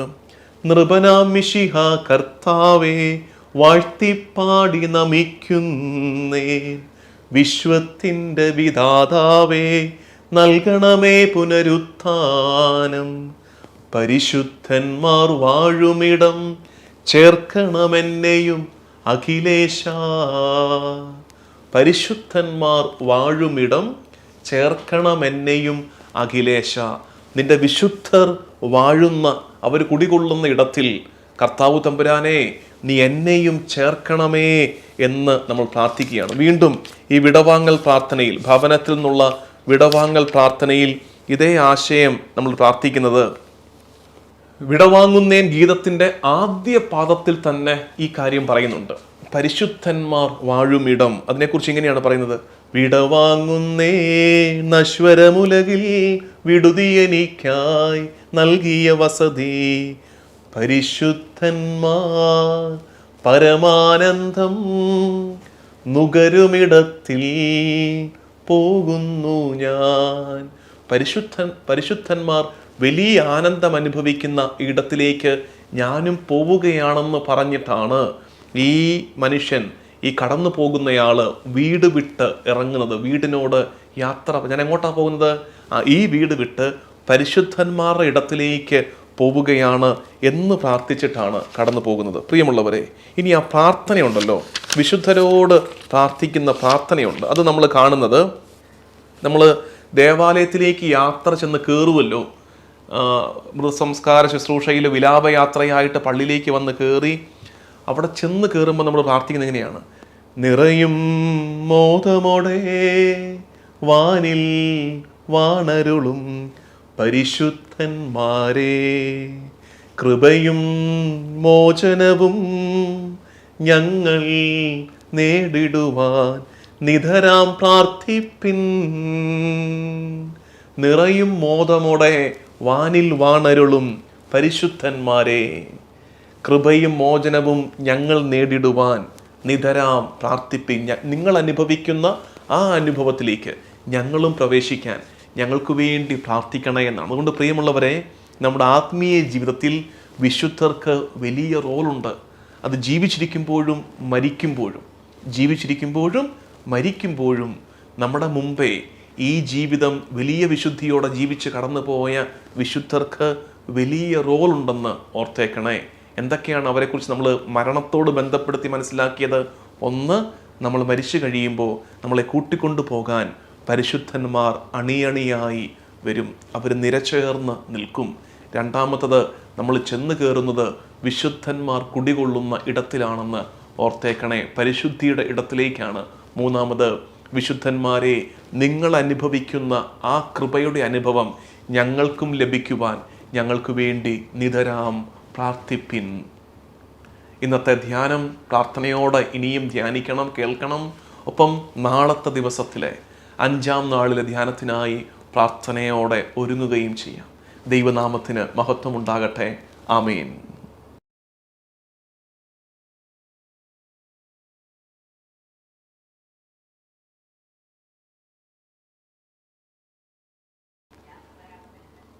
ഈശോ മിശിഹായിക്ക് സ്തുതിയായിരിക്കട്ടെ.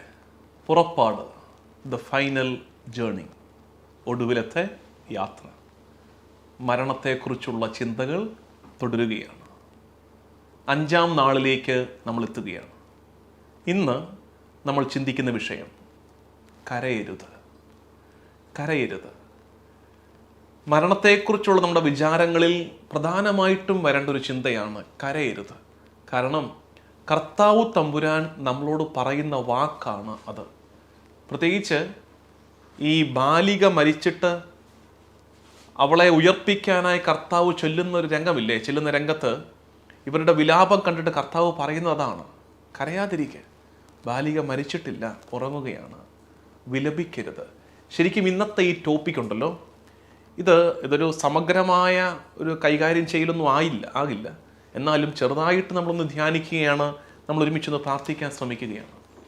ഒത്തിരി പേരുണ്ട് ഇപ്പോഴും കരഞ്ഞുകൊണ്ടിരിക്കുന്നവർ, അല്ലേ? മരണത്തിൽ, പ്രിയപ്പെട്ടവരുടെ വിയോഗത്തിൽ ഇപ്പോഴും സങ്കടത്തിലും കഥനത്തിലുമായിരിക്കുന്ന ഒത്തിരി പേരില്ലേ? അവരെയൊക്കെ നോക്കിയിട്ട് കർത്താവ് പറയുന്ന വാക്കാണ് കരയരുത്. ശരിക്കും ആദ്യം പെട്ടെന്നൊരു ദേഹവിയോഗം ഉണ്ടാകുമ്പോൾ ആ നാളുകളിൽ ഒരു വിലാപം, ഒരു കണ്ണീര് മനസ്സിലാക്കാം. പക്ഷെ എല്ലാ കാലത്തും തുടരാൻ പാടുണ്ടോ? നമ്മൾ വീണ്ടും ജീവിതത്തിൻ്റെ ക്രമത്തിലേക്ക് തിരികെ വരണ്ടേ? യാഥാർത്ഥ്യ ബോധത്തോടെ ജീവിതത്തെ സമീപിക്കണ്ടേ? പ്രത്യാശയോടെ നോക്കി പാർക്കണ്ടേ? എൻ്റെ കർത്താവിൻ്റെ സന്നിധിയിൽ ഞങ്ങൾ വീണ്ടും കണ്ടുമുട്ടുമെന്നുള്ള പ്രത്യാശയോടെ ജീവിതത്തെ സമീപിക്കണ്ടേ? ഇതാവശ്യമാണ്. അതുകൊണ്ട് ഇന്നത്തെ ചിന്ത കരയരുത്. 2 കാരണങ്ങൾ കൊണ്ടാണ് ഈശോ കരയരുത് എന്ന് പറയുന്നത്. ഇന്നത്തെ നമ്മുടെ ഈ ധ്യാനത്തിലും നമ്മുടെ പ്രാർത്ഥനാ ഗീതങ്ങളിൽ നമ്മൾ കണ്ടെത്തുന്നത് 2 കാരണങ്ങൾ കൊണ്ട് കരയരുത്. ഒന്നാമത്തെ കാരണം പറയുന്നത്, ഞാനാണ് ജീവൻ, അതുകൊണ്ട് കരയരുത്. ഞാനാണ് ജീവൻ, അതുകൊണ്ട് കരയരുത്. കർത്താവിൻ്റെ വാഗ്ദാനമാണ്. കർത്താവ് പറയുന്നില്ലേ, വഴിയും സത്യവും ജീവനും ഞാനാകുന്നു, അതുകൊണ്ട് എൻ്റെ അധികാരത്തിലാണ് മരണവും നിൽക്കുന്നത്, അതുകൊണ്ട് കരയരുത്. അതുകൊണ്ടാണ് നമ്മൾ കഴിഞ്ഞ ദിവസം ധ്യാനിച്ചില്ലേ, മൃതസംസ്കാര ശുശ്രൂഷയിൽ പ്രബോധന ഗാനം, അവിടെ വീട്ടിൽ നമ്മൾ ഈ ശുശ്രൂഷ നടക്കുമ്പോൾ പ്രബോധന ഗാനം പുരുഷന്മാർക്കും സ്ത്രീകൾക്കും രണ്ടാണ്. സ്ത്രീകൾക്കുള്ള പ്രബോധന ഗാനത്തിൽ നമ്മൾ പാടുന്നത്, അന്നൊരു ദിവസം ബേസനിയായിൽ സോദരിമാരാം മർത്താമറിയം ചുടുകണ്ണീരും വീഴ്ത്തിയിരുന്നു എന്ന് പാടി തുടങ്ങുന്ന ആ പ്രബോധന ടീച്ചിങ് സോങ്, പ്രബോധന ഗാനത്തിൻ്റെ അവസാന പാദത്തിൽ നമ്മൾ പാടുന്നത് ഇങ്ങനെയാണ്: ജീവനുമുയിരും ഞാനാകുന്നു, കരയരുദേവം കരുണയോടന്തികമാർന്നഖിലേശൻ ശാന്തി പൊഴിഞ്ഞു. ജീവനും ഉയിരും ഞാനാകുന്നു, ഞാൻ ജീവനായതുകൊണ്ട് നീ കരയാതിരിക്കുക. അതുകൊണ്ട് നമ്മുടെ മരണത്തിൽ തീർച്ചയായിട്ടും സങ്കടത്തിൻ്റെ നേരമാണെങ്കിലും ആ വിലാപം ഒത്തിരി അങ്ങ് നീണ്ടുപോകരുത്. കാരണം നമ്മുടെ കർത്താവ് തമ്പുരാൻ ജീവിക്കുന്ന ദൈവമാണ്, അവൻ ജീവിക്കുന്നവരുടെ ദൈവമാണ്. ആ വിചാരം എപ്പോഴും ഉണ്ടാകണം. രണ്ടാമത്തത്, കരയരുത്. എന്താ കാരണം എന്നറിയാമോ? ഞാൻ ജീവൻ നൽകുന്നു. കരയരുത്, കാരണം ഞാൻ ജീവനാണ് ഒന്നാമത്തെ കാര്യം.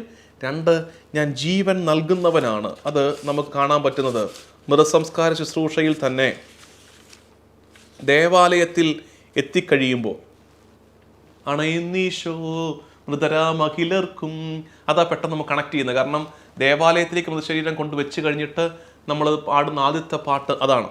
ആ പാദം, അത് ആ ഗീതം പാടി പാടി വരുമ്പോൾ പിന്നെ നമ്മൾ പാടുന്നൊരു കാര്യം ഇങ്ങനെയാണ്: പ്രിയരെ നിങ്ങൾ കരയരുതഖിലേശൻ പുനരുത്ഥാനം നൽകാൻ വരുമല്ലോ. കരയാതിരിക്കുക. എന്താ കാര്യം? പുനരുദ്ധാനം നൽകാൻ കർത്താവ് തമ്പുരാൻ വീണ്ടും വരും. ആ വിചാരത്തോടെ വിലാപം നിർത്തണം.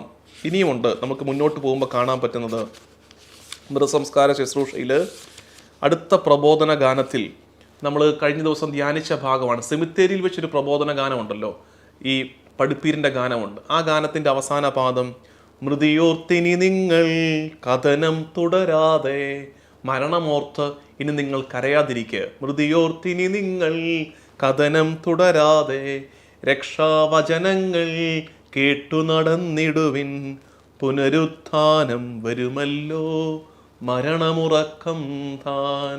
ഇന്നലെ മരണമുറക്കം ധ്യാനിച്ചപ്പോൾ ഈ ഗീതം നമ്മൾ ധ്യാനിച്ചതാണ്. ഇതാണ് കാരണം, പുനരുത്ഥാനം വരും. അതുകൊണ്ട് മൃതിയോർത്ത് ഇനി നിങ്ങൾ കഥനം തുടരരുതേ എന്ന്. പ്രിയമുള്ളവരെ, ഇന്നത്തെ പുറപ്പാട്, ദ ഫൈനൽ ജേണിയുടെ ഈ എപ്പിസോഡ്, ചില മരണങ്ങളിൽ ഇപ്പോഴും ഇങ്ങനെ ഉലഞ്ഞു നിൽക്കുന്നവരുണ്ട്, ഇതുവരെ ജീവിത ക്രമത്തിലേക്കാകാത്തവർ. നിങ്ങൾക്കുള്ള ദൂതാണ് ഇന്നത്തെ ഈ പുറപ്പാട് എന്നോർക്കണേ. കരയരുത്. കാരണം എന്താ? ഒന്ന്, കർത്താവ് ജീവനാണ്. രണ്ട്, അവൻ ജീവൻ നൽകുന്നവനാണ്. അതുകൊണ്ട് നമുക്ക് കരയാതിരിക്കാം, കർത്താവിൽ ആശ്രയം വയ്ക്കാം. മരണത്തിൻ്റെയും ജീവൻ്റെയും നാഥനായവനിൽ നമുക്ക് പ്രത്യാശ വയ്ക്കാം. ദൈവനാമത്തിന് മഹത്വമുണ്ടാകട്ടെ. ആമേൻ.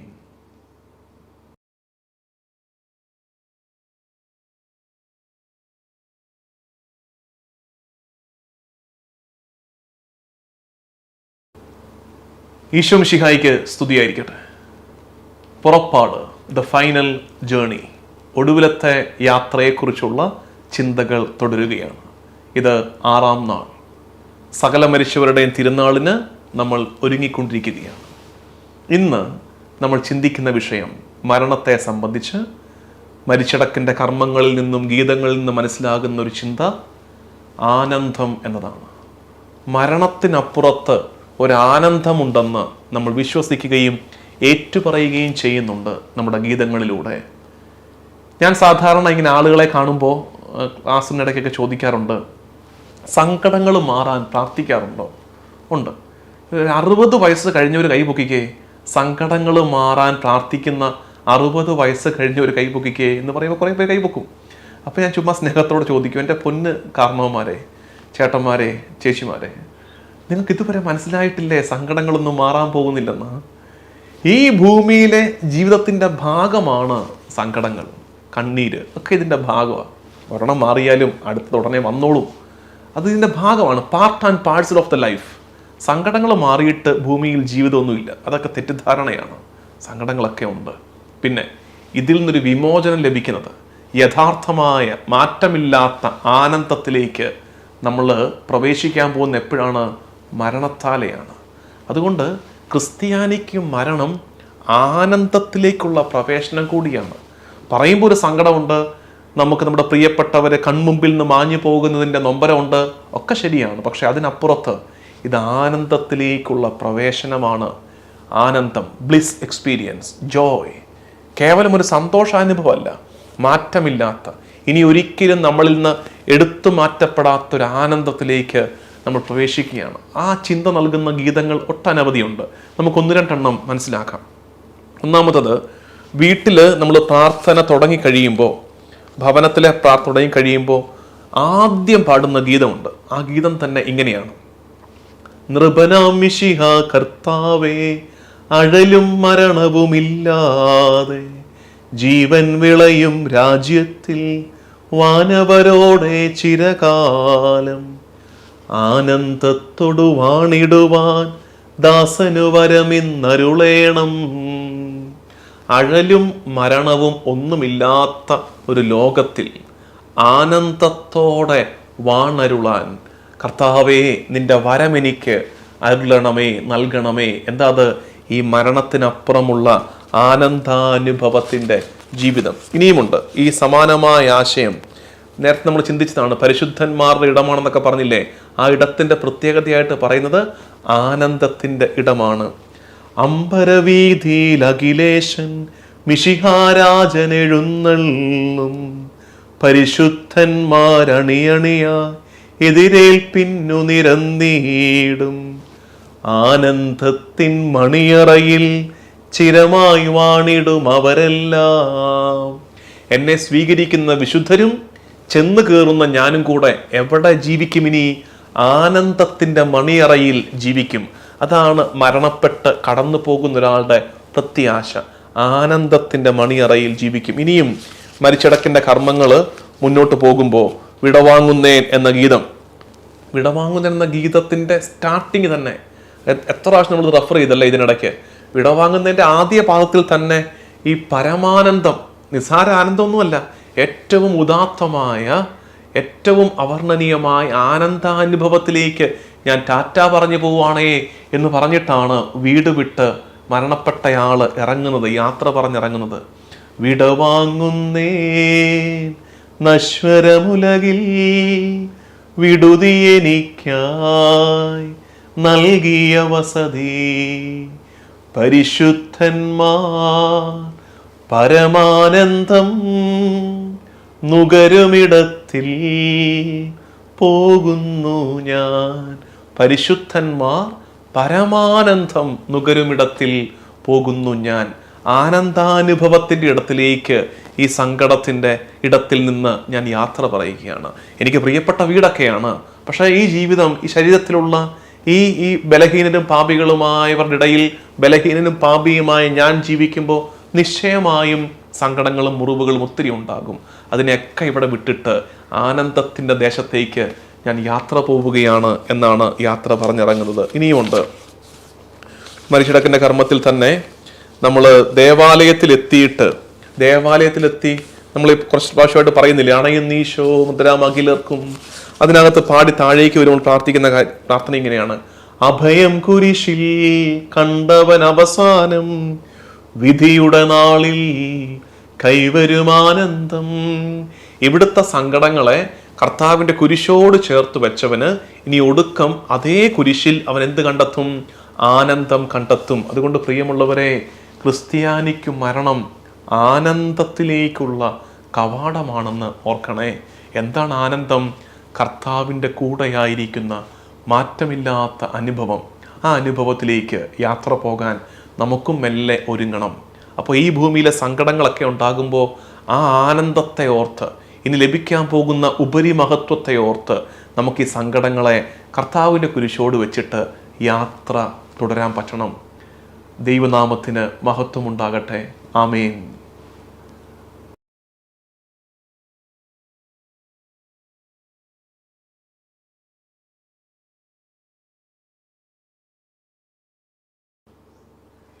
ഈശോ മിശിഹായിക്ക് സ്തുതിയായിരിക്കട്ടെ. പുറപ്പാട്, ദ ഫൈനൽ ജേണി, ഒടുവിലത്തെ യാത്രയെക്കുറിച്ചുള്ള ചിന്തകൾ തുടരുകയാണ്. ഇത് 7-ാം നാൾ. ഇന്ന് നമ്മൾ ധ്യാനിക്കുന്നത് പ്രധാനപ്പെട്ട ഒരു വാക്കാണ്: കുരിശ്. കുരിശ് ക്രിസ്ത്യാനിയുടെ വിശ്വാസത്തിൻ്റെ, ഭക്താനുഷ്ഠാനങ്ങളുടെ, പ്രാർത്ഥനയുടെ ഒക്കെ കേന്ദ്രമല്ലേ കുരിശ്. കുരിശ് കണ്ടല്ലേ നമ്മൾ നടക്കുന്നത്. ആ കുരിശിന് മരണത്തിനും മരണാനന്തര ചടങ്ങുകളിലുമൊക്കെ വലിയ പ്രാധാന്യമുണ്ടെന്ന് നിങ്ങൾക്കറിയാം. ശരിക്കും നമ്മൾ ഒരാൾ വീട്ടിൽ മരിച്ചാൽ ആദ്യം ചെയ്യുന്ന എന്താ? പള്ളിയിൽ നിന്ന് പോയി കുരിശെടുത്തുകൊണ്ട് വന്ന് ഇദ്ദേഹത്തിൻ്റെ തലയ്ക്കൽ വെച്ച് ഇരുവശത്തും തിരികളൊക്കെ തെളിച്ചു വെക്കും. ഇതല്ലേ ചെയ്യുന്നത്. ഇനി മൃതസംസ്കാര ശുശ്രൂഷയ്ക്ക് വീട്ടിലെ ശുശ്രൂഷകൾ കഴിഞ്ഞിട്ട് പള്ളിയിലേക്ക് പോയാലോ, ഏറ്റവും മുമ്പിൽ കുരിശെടുത്ത് ആ കുരിശിൻ്റെ പിന്നാലെ നമ്മൾ നടക്കും, വിലാപയാത്രയായിട്ട് നടക്കും. കുരിശിനെ അനുധാവനം ചെയ്യുന്നവരാണ് ക്രിസ്ത്യാനികൾ. ഇനി മരണവുമായിട്ട് ബന്ധപ്പെട്ട കർമ്മങ്ങളിലൊക്കെ വീട്ടിൽ പ്രാർത്ഥന വെക്കുമ്പോൾ നമ്മൾ എന്താ ചെയ്യുന്നത്? കുരിശ് വെച്ച് പ്രാർത്ഥിച്ച് സ്ലീവ തൊട്ട് വണങ്ങത്തില്ലേ? ഒപ്പീസ് ചെല്ലുമ്പോൾ പോലും വീണ്ടും ഒരു കുരിശെടുത്ത് വെച്ച് കുരിശിൻ്റെ രണ്ട് വശത്തും തിരി കത്തിച്ചു വെച്ച് നമ്മൾ പ്രാർത്ഥിക്കത്തില്ലേ? അതുകൊണ്ട് ഈ കുരിശിന്, സ്ലീവായ്ക്ക് വലിയ പ്രാധാന്യമുണ്ട് മരണത്തിൻ്റെ നേരത്തും. ഞാനിപ്പോൾ വികാരിയായിരിക്കുന്ന, കഴിഞ്ഞ മൂന്നാമത്തെ വർഷമാണ് വികാരിയായിരിക്കുന്ന തകഴി തന്നടി സെയിൻറ്റ് റീത്ത ഇടവകയിൽ ഞങ്ങൾ ഈ മൃതസംസ്കാര ശുശ്രൂഷയ്ക്ക് സഹായിക്കുന്നൊരു സംഘമുണ്ട്. അവരത് വൃത്തിയായിട്ട് ആ കാര്യങ്ങൾ ചെയ്യുന്നുണ്ട്. അപ്പോൾ ഞാൻ പറഞ്ഞു വന്നതെന്ന് വെച്ചാൽ, അവിടെ ഞങ്ങളിപ്പോൾ ചെയ്യുന്നൊരു കാര്യം, ഈ മൃതസംസ്കാര ശുശ്രൂഷയിൽ എനിക്ക് ഏറ്റവും അത്രയങ്ങോട്ട് സന്തോഷം തോന്നാത്തൊരു രംഗം ഞാൻ പറയട്ടെ. നിങ്ങൾക്ക് എങ്ങനെയാണെന്ന് നിങ്ങൾ ചിന്തിക്കണം. ഈ സെമിത്തേരിയിൽ കൊണ്ടുപോയിട്ട് മൃതശരീരം കിടത്തിയിട്ട് എല്ലാവരും കൂടെ വന്ന് ഈ കവിളത്തൊക്കെ ഉമ്മ കൊടുക്കുന്ന കാര്യം എനിക്ക് ചിലപ്പോൾ തോന്നിയിട്ടുണ്ട്. ജീവിച്ചിരിക്കുന്ന കാലത്ത് ഈ മനുഷ്യനെ ഒന്ന് ചേർത്ത് പിടിച്ചിരുന്നെങ്കിൽ കുറച്ചുകൂടെ ഇദ്ദേഹം ചിലപ്പോൾ ജീവിച്ചേനെ. ജീവിച്ചിരിക്കുന്ന കാലത്ത് അദ്ദേഹത്തിൻ്റെ കയ്യെ പോലും തൊടാത്തവരാണ് ഇപ്പം മൃതദേഹത്തിൻ്റെ കവിളത്ത് എല്ലാവരും കൂടെ ഉമ്മ വെക്കുന്നത്. അതിനെന്താ അർത്ഥം? അതിനെന്താ അന്തിമോപചാരമാണോ അത്? യാത്രയപ്പാണോ അത്? അപ്പോൾ ഞങ്ങളിപ്പോൾ ചെയ്യുന്നൊരു കാര്യം, ഞാൻ വികാരിയായിരിക്കുന്ന എൻ്റെ പള്ളിയിൽ ഞങ്ങളിപ്പോൾ ചെയ്യുന്നൊരു കാര്യം, ജനം അത് പഠിച്ചു, ഞങ്ങൾ ഒരുമിച്ച് ഇപ്പോൾ അത് ചെയ്യുന്നൊരു കാര്യം, ഒരു നല്ല പ്രാക്ടീസ് എന്താണെന്നറിയാമോ? മൃതശരീരം സെമിത്തേരി കൊണ്ടുപോയി വെച്ച് അന്തിമോപചാരം, അന്തിമ ചുംബനത്തിന് നേരത്ത് ചെയ്യുന്നത്, മക്കളിൽ മൂത്തയാൾ വന്നിട്ട് സ്ലീവ പതിച്ച, കുരിശു പതിച്ചൊരു തുണി കൊണ്ട് അപ്പൻ്റെ അമ്മയുടെ മുഖം അങ്ങ് മൂടുകയാണ്. ഈ കടന്നു പോകുന്ന ആളുടെ മുഖം ഈ സ്ലീവ പതിച്ച തുണി കൊണ്ട് അങ്ങ് മൂടിയിടും. മൂടിയിട്ടിട്ടോ പിന്നെ ഈ മക്കൾ ഉമ്മ വയ്ക്കുന്നത് ഈ സ്ലീവായിലാണ് ഉമ്മ വയ്ക്കുന്നത്, അപ്പൻ്റെ അമ്മയുടെ മുഖത്തല്ല. അതിൻ്റെ അർത്ഥം എന്താണെന്നറിയാമോ? ഇനി ഞങ്ങളുടെ ഞങ്ങളുടെ അമ്മയുടെ മുഖം കാണാൻ പോകുന്നത് എവിടെയാണ്? കുരിശിലാണ്. കർത്താവിൻ്റെ കുരിശിലാണ് ഞങ്ങൾ ഇനി ഞങ്ങളുടെ അപ്പനെ കാണാൻ പോകുന്നത്, അമ്മയെ കാണാൻ പോകുന്നത്. അതാണ് പൗലോസ്ലീഹ പറയുന്നത്, കർത്താവിൻ്റെ കുരിശോട് ചേർന്ന് സഹിക്കുന്നവർ അവൻ്റെ കുരിശോട് ചേർന്ന് ഉയർത്തെഴുന്നേൽക്കും. അപ്പം ഞങ്ങളുടെ അപ്പനെ, ഞങ്ങളുടെ അമ്മയെ കർത്താവിൻ്റെ കുരിശോട് ചേർത്ത് വെക്കുമ്പോൾ ഇനി എവിടെ അത് കാണാൻ പറ്റും? അവനോടൊപ്പം എൻ്റെ അമ്മ ഉയർപ്പിക്കപ്പെടും. ശരിക്കും കുരിശാണ് നമുക്ക് രക്ഷ തരുന്നത്. അതിൻ്റെ സുന്ദരമായൊരു ഗീതമുള്ളത്, നമ്മൾ ഭവനത്തിൽ ഈ കർമ്മങ്ങൾ നടക്കുമ്പോൾ ആദ്യം പാടുന്ന ആ സെറ്റ് ഓഫ് ഗീതമുണ്ടല്ലോ, അവിടെ തുടർന്ന് വരുന്ന പാദങ്ങൾ ഉപേക്ഷിക്കാവുന്നതാണ് എന്ന് പറയുന്ന കുറച്ചുണ്ട്. അവിടെ നമ്മളത് മിക്കയിടത്തും പാടാറില്ല. നമ്മളത് ഒരു 2, 3, 4 പാദം വിട്ടുകളയും. ഒരു തവണ ഒരു തമാശ ഉണ്ടായത്, ഒരു സ്ഥലത്ത് എൻ്റെ കൂടെ വന്ന, ഞാൻ ഇപ്പോൾ ഇരിക്കുന്ന പള്ളിയിലല്ല, തെറ്റിദ്ധരിക്കരുത്, മുമ്പൊരിക്കൽ ഒരു സ്ഥലത്തിരുന്നൊരു പള്ളിയിലെ കപ്പ്യാരച്ചൻ നല്ല ഈണത്തിൽ അങ്ങ് പാടിക്കൊടുത്തു, തുടർന്ന് വരുന്ന ഭാഗങ്ങൾ ഉപേക്ഷിക്കാവുന്നതാണ് എന്ന് നീട്ടി നമ്മുടെ മരണറ്റൂണിൽ അങ്ങ് പാടി. അത് ഉദ്ദേശിക്കുന്നത് ഇനി വരുന്നൊരു 3-4 പാദങ്ങൾ വിട്ട് കളഞ്ഞാലും സാരമില്ലെന്നുള്ളതാണ്. ആ ഭാഗത്ത് ഒരാശയം കിടപ്പുണ്ട്. അതിങ്ങനെയാണ്: പറുദീസായിൽ കനി നീട്ടി വൃക്ഷം മർത്യനു മൃതിയേകി. പറുദീസായിലെ വൃക്ഷം അതിൻ്റെ കനി വെച്ച് നീട്ടിയിട്ട് മനുഷ്യന് മരണം സമ്മാനിച്ചു. ഇവിടെയോ കാൽവരിയിൽ കുരിശ് കൈ നീട്ടിയിട്ട് മനുഷ്യന് ജീവൻ പകർന്നു കൊടുത്തു എന്നർത്ഥം.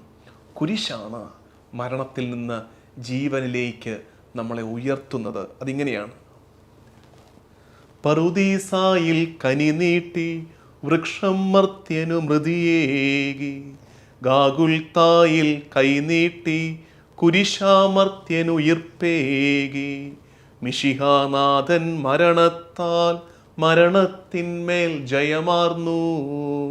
പറുദീസായിൽ കനി നീട്ടി വൃക്ഷം മർത്യന് മൃതിയേകി, ഗാഗുൽത്തായിൽ കൈനീട്ടി കുരിശ് ആ മർത്യന് ഉയർപ്പേകി എന്ന ചിന്ത. ഇനിയുമുണ്ട് കുരിശുമായിട്ട് ബന്ധപ്പെട്ട ഒട്ടനവധി ഗീതങ്ങൾ. നിങ്ങൾ ഇനിയാണെങ്കിലും ഒന്ന് അന്വേഷിക്കണം കുരിശുമായിട്ട് ബന്ധപ്പെട്ട ഗീതങ്ങൾ. അത് പിന്നീട് നമ്മൾ കാണുന്നത്, നമ്മൾ നേരത്തെ പറഞ്ഞ വിടവാങ്ങുന്നേൻ ഗീതമില്ലേ, വിടവാങ്ങുന്നേൻ ഗീതത്തിൽ തന്നെ നമ്മൾ കാണുന്ന ഒരു കാഴ്ച ഇങ്ങനെയാണ്. ഈ യാത്ര പറയുന്ന ആൾ പറഞ്ഞിട്ട് പോവുകയാണ്: ദുഷ്ടത കുടിവാൺ അഴുകി നശിക്കും, ഈ ഭൂമിയിൽ മുഴുവൻ ദുഷ്ടതയാണ്. എൻ്റെ ജീവിതകാലത്ത് ഞാൻ അനുഭവിച്ചതാണ്.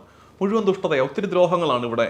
അപ്പോൾ ഇവിടുന്ന് ഞാൻ അങ്ങ് ഓടിപ്പോവാണ്, പേടിച്ചിട്ടേ പറ്റുന്നില്ല ഈ ഭൂമിയിൽ. ഇവിടുന്ന് ഓടിപ്പോയിട്ട് ഞാൻ എങ്ങോട്ടാണ് പോകുന്നത്?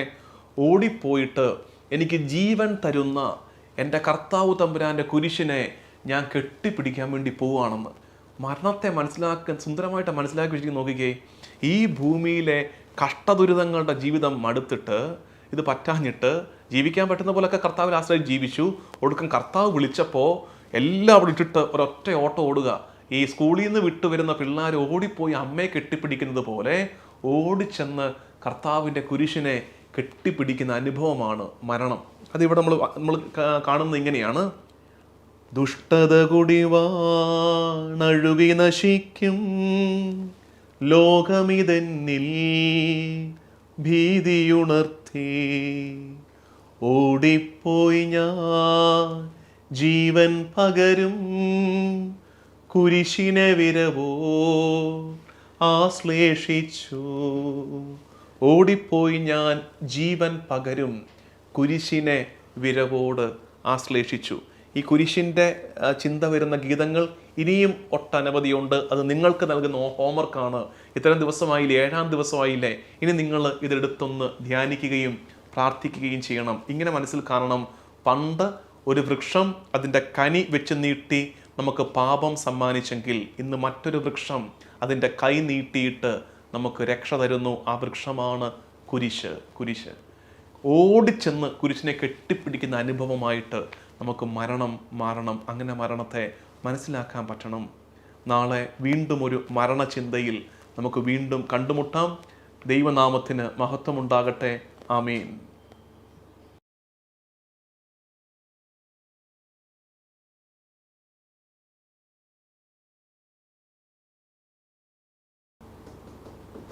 ഈശോ മിശിഹായിക്ക് സ്തുതിയായിരിക്കട്ടെ.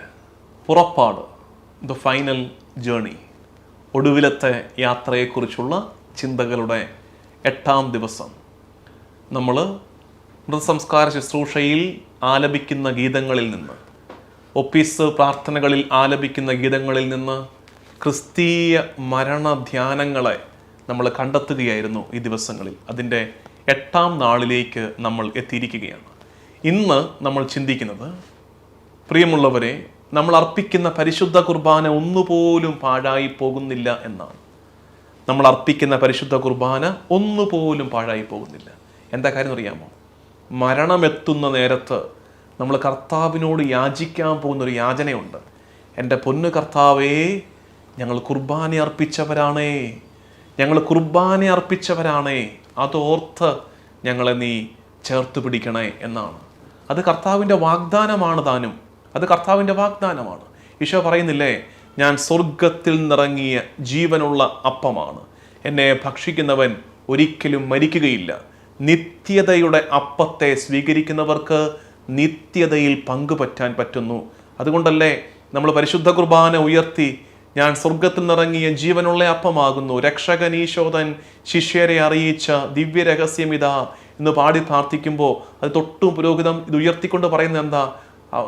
ഭക്ഷിക്കുന്ന ഒരിക്കലും മരിക്കുകയില്ല, പ്രത്യുത ജീവൻ പ്രാപിക്കും.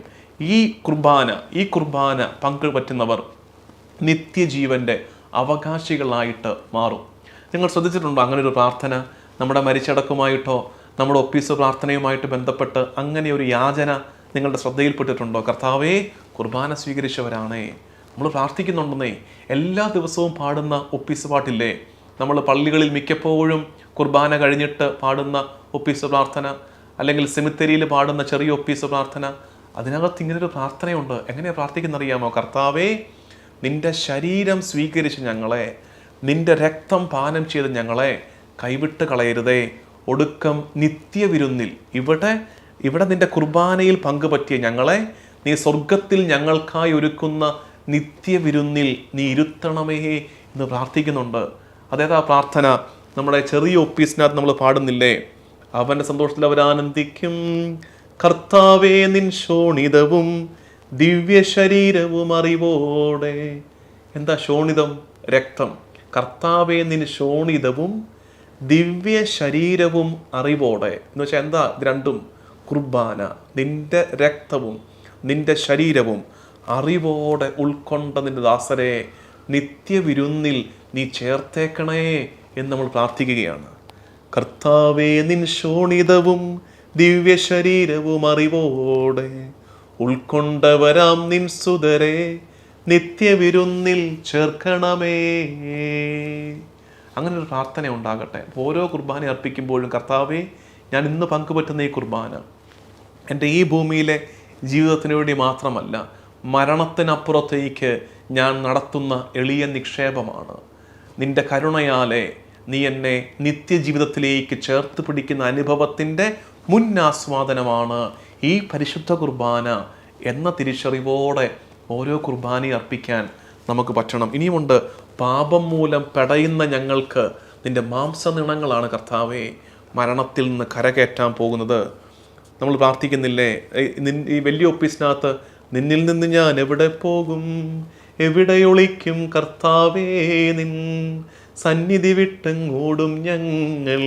അത് പാടിയിട്ട് അടുത്ത പാദത്തിൽ നമ്മൾ പാടുന്നത്, പൂർണ്ണമായി എന്നെ നീ അറിയുന്നു, പാപം വലുതാണ് അതുപോലങ്ങേ, കൃപയും വലുതെന്നറിവൂ ഞങ്ങൾ, കാരുണ്യം നീ കാണിക്കായെങ്കിൽ നരകണമാകെ നശിക്കും നൂനം. നാഥാ, നിന്നുടെ മാംസനിണങ്ങൾ കൈക്കൊണ്ടവരെ കൈവെടിയല്ലേ. നാഥാ, നിന്റെ മാംസനിണങ്ങൾ കൈക്കൊണ്ടവരെ കൈവെടിയല്ലേ. വിശുദ്ധ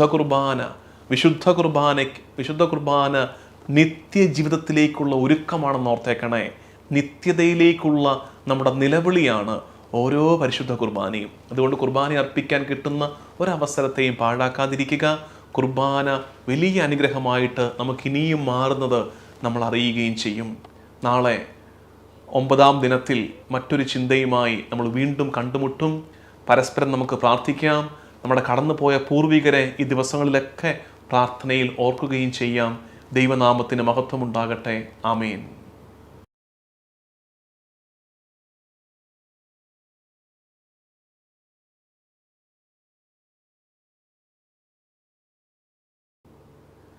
ഈശോ മിശിഹായ്ക്ക് സ്തുതിയായിരിക്കട്ടെ. പുറപ്പാട്, ദ ഫൈനൽ ജേണി, ഒടുവിലത്തെ യാത്രയെക്കുറിച്ചുള്ള ചിന്തകളുടെ 9-ാം നാളിലേക്ക് നമ്മൾ എത്തിയിരിക്കുകയാണ്. ഇന്ന് നമ്മൾ ചിന്തിക്കുന്നത് പ്രാർത്ഥനയ്ക്കും ഉപവാസത്തിനുമുള്ള വില. മുമ്പൊരിക്കൽ ഞാൻ പഠിപ്പിച്ചിട്ടുണ്ട്, ഫീഡ് മൈ ഷീപ്പിലൂടെ തന്നെ നിങ്ങൾ കേട്ടിട്ടുണ്ട്, മരിച്ചുപോർക്ക് വേണ്ടി ചെയ്യേണ്ടത് പ്രാർത്ഥന, ഉപവാസം, ദാനധർമ്മം എന്നുള്ളതാണെന്ന്. ദാനധർമ്മമൊക്കെ നമ്മൾ ചെയ്യുന്നുണ്ട്. ഇപ്പം നമ്മൾ ഉപവാസത്തിലൊക്കെ ശ്രദ്ധയുണ്ട്. ഒത്തിരി നമ്മൾ നമ്മുടെ പൂർവികർക്ക് വേണ്ടി പ്രാർത്ഥിക്കുന്നുണ്ട്. എന്തുകൊണ്ടാണ് ദൈവം അങ്ങനെ ചെയ്യുന്നത്? ഒരു നിലവിളി ഉയരുന്നുണ്ട്. ശരിക്കും നമ്മുടെ മരിച്ചടക്കേണ്ട കർമ്മങ്ങൾ നിങ്ങൾ ശ്രദ്ധിച്ചു നോക്കണം. നമ്മുടെ പാപാവസ്ഥ ഓർത്തൊരു നിലവിളി ഉയർന്നുകൊണ്ടേയിരിക്കുകയാണ്.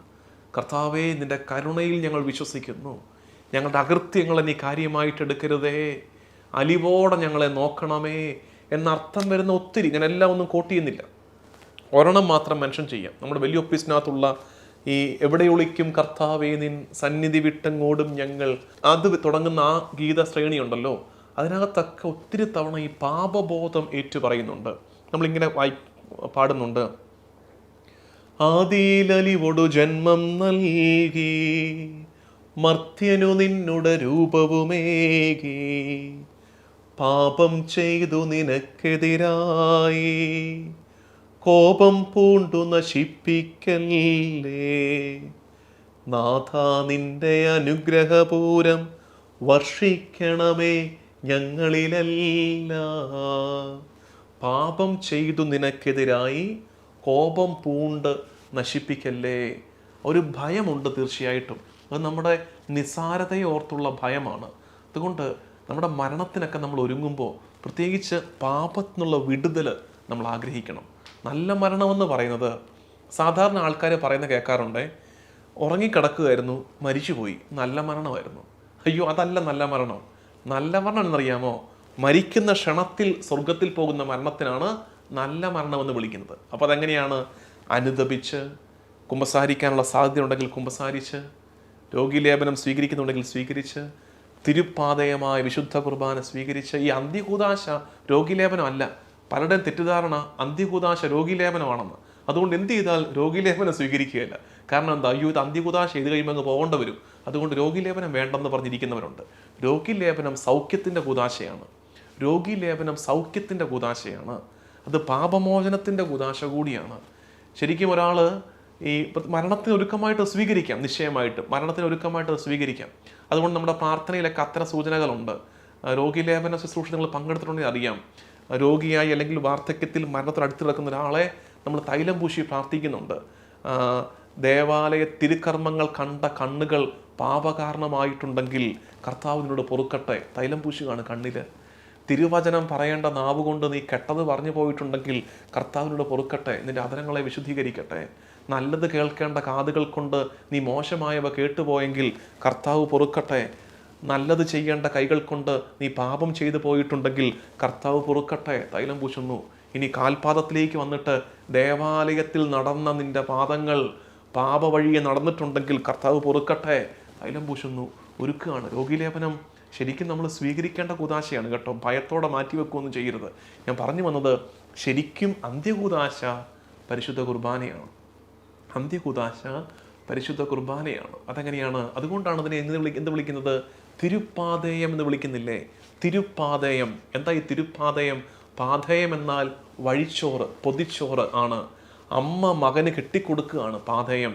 ആരാണ് ഈ അമ്മ? സഭ എന്ന അമ്മ മകന് വേണ്ടി, മകൾക്ക് വേണ്ടി പാതയം, വഴിച്ചോറ്, സ്വർഗത്തിലേക്കുള്ള യാത്രയിൽ ബലമാകാനുള്ള വഴിച്ചോറ് പരിശുദ്ധ കുർബാന അന്നമൂട്ടി കൊടുത്തു വിടുകയാണ്. അതാണ് അന്ത്യകൂദാശ. അതുകൊണ്ട് അപ്പോൾ ഈ കൂദാശകളൊക്കെ സ്വീകരിച്ച് മരിക്കുന്നതാണ് നല്ല മരണം. അല്ലാതെ ഉറങ്ങിക്കിടക്കുമ്പോൾ മരിക്കുന്നതല്ല നല്ല മരണമെന്ന് പ്രത്യേകം ഓർത്തേക്കണേ. നല്ല മരണം നമുക്ക് സ്വീകരിക്കണമെങ്കിൽ എപ്പോഴും ഈ പാപബോധം ഉണ്ടായിരിക്കണം. കർത്താവെ കരുണയുണ്ടാകണമേ എന്നുള്ളൊരു യാചന ഉയർത്തിക്കൊണ്ടേയിരിക്കണം. ഞാൻ ഉപവാസത്തെയും പ്രാർത്ഥനയും കുറിച്ച് മാത്രം ഒന്ന് മെൻഷൻ ചെയ്യാം.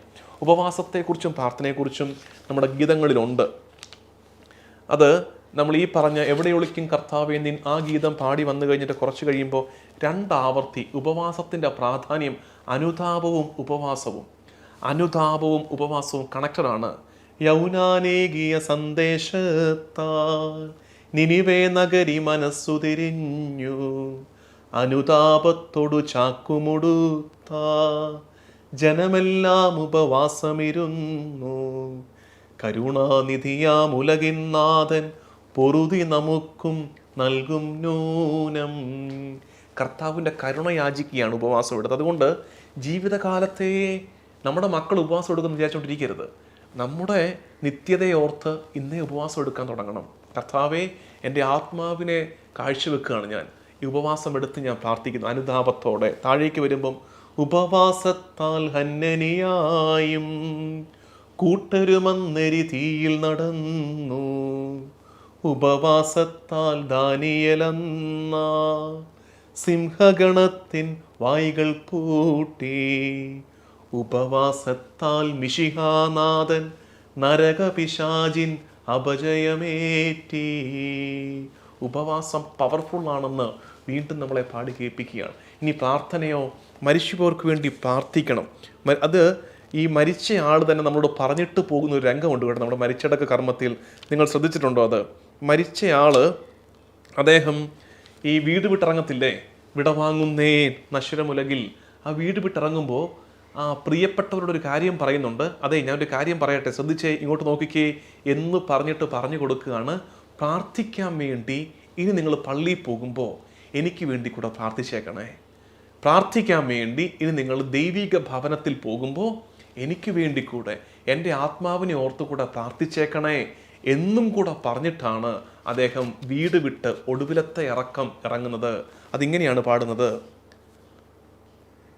പ്രാർത്ഥിപ്പതിനായി പരിപാവനമാ ദൈവിക ഭവനം പൂകും നേരം, സ്നേഹാർദ്രതയാ എൻ പ്രിയജനമേ അനുദിനമലിവോട് ഓർക്കണമെന്നേ. ഓരോ ദിവസവും നിങ്ങൾ പ്രാർത്ഥിക്കാൻ പോകുമ്പം അലിവോടെ എന്നെ കൂടെ നിങ്ങൾ ഓർത്തേക്കണേ എന്ന് പറഞ്ഞിട്ടാണ് നമ്മുടെ പൂർവികരൊക്കെ കടന്നു പോയത് എന്നോർത്തേക്കണേ. ഓരോ ദിവസത്തെ വിശുദ്ധ കുർബാനയിലും ഓരോ പ്രാർത്ഥനയിലും നമ്മുടെ പൂർവികരെ ഓർത്ത് പ്രാർത്ഥിക്കണേ. നാളെ സകല മരിച്ചവരുടെയും തിരുനാൾ നമ്മൾ ആഘോഷിക്കുകയാണ്. ഈ 9 ദിവസം കേട്ട ധ്യാനത്തെ ചേർത്ത് പിടിച്ച്, നാളെ സമാപന ദിവസത്തെ ചിന്തയും കൂടെ ചേർത്ത് പിടിച്ച് സകല മരിച്ചവരുടെയും തിരുനാൾ നമുക്ക് ഒരുമിച്ച് ഏറ്റവും നന്നായിട്ട് ആചരിക്കാം. ദൈവനാമത്തിന് മഹത്വമുണ്ടാകട്ടെ. ആമേൻ.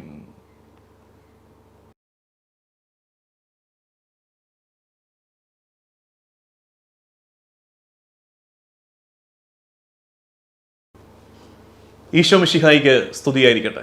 പുറപ്പാട്, ദ ഫൈനൽ ജേണി, ഒടുവിലത്തെ യാത്രയെക്കുറിച്ചുള്ള ചിന്തകളുടെ സമാപ്തിയിലേക്ക് എത്തിയിരിക്കുകയാണ്.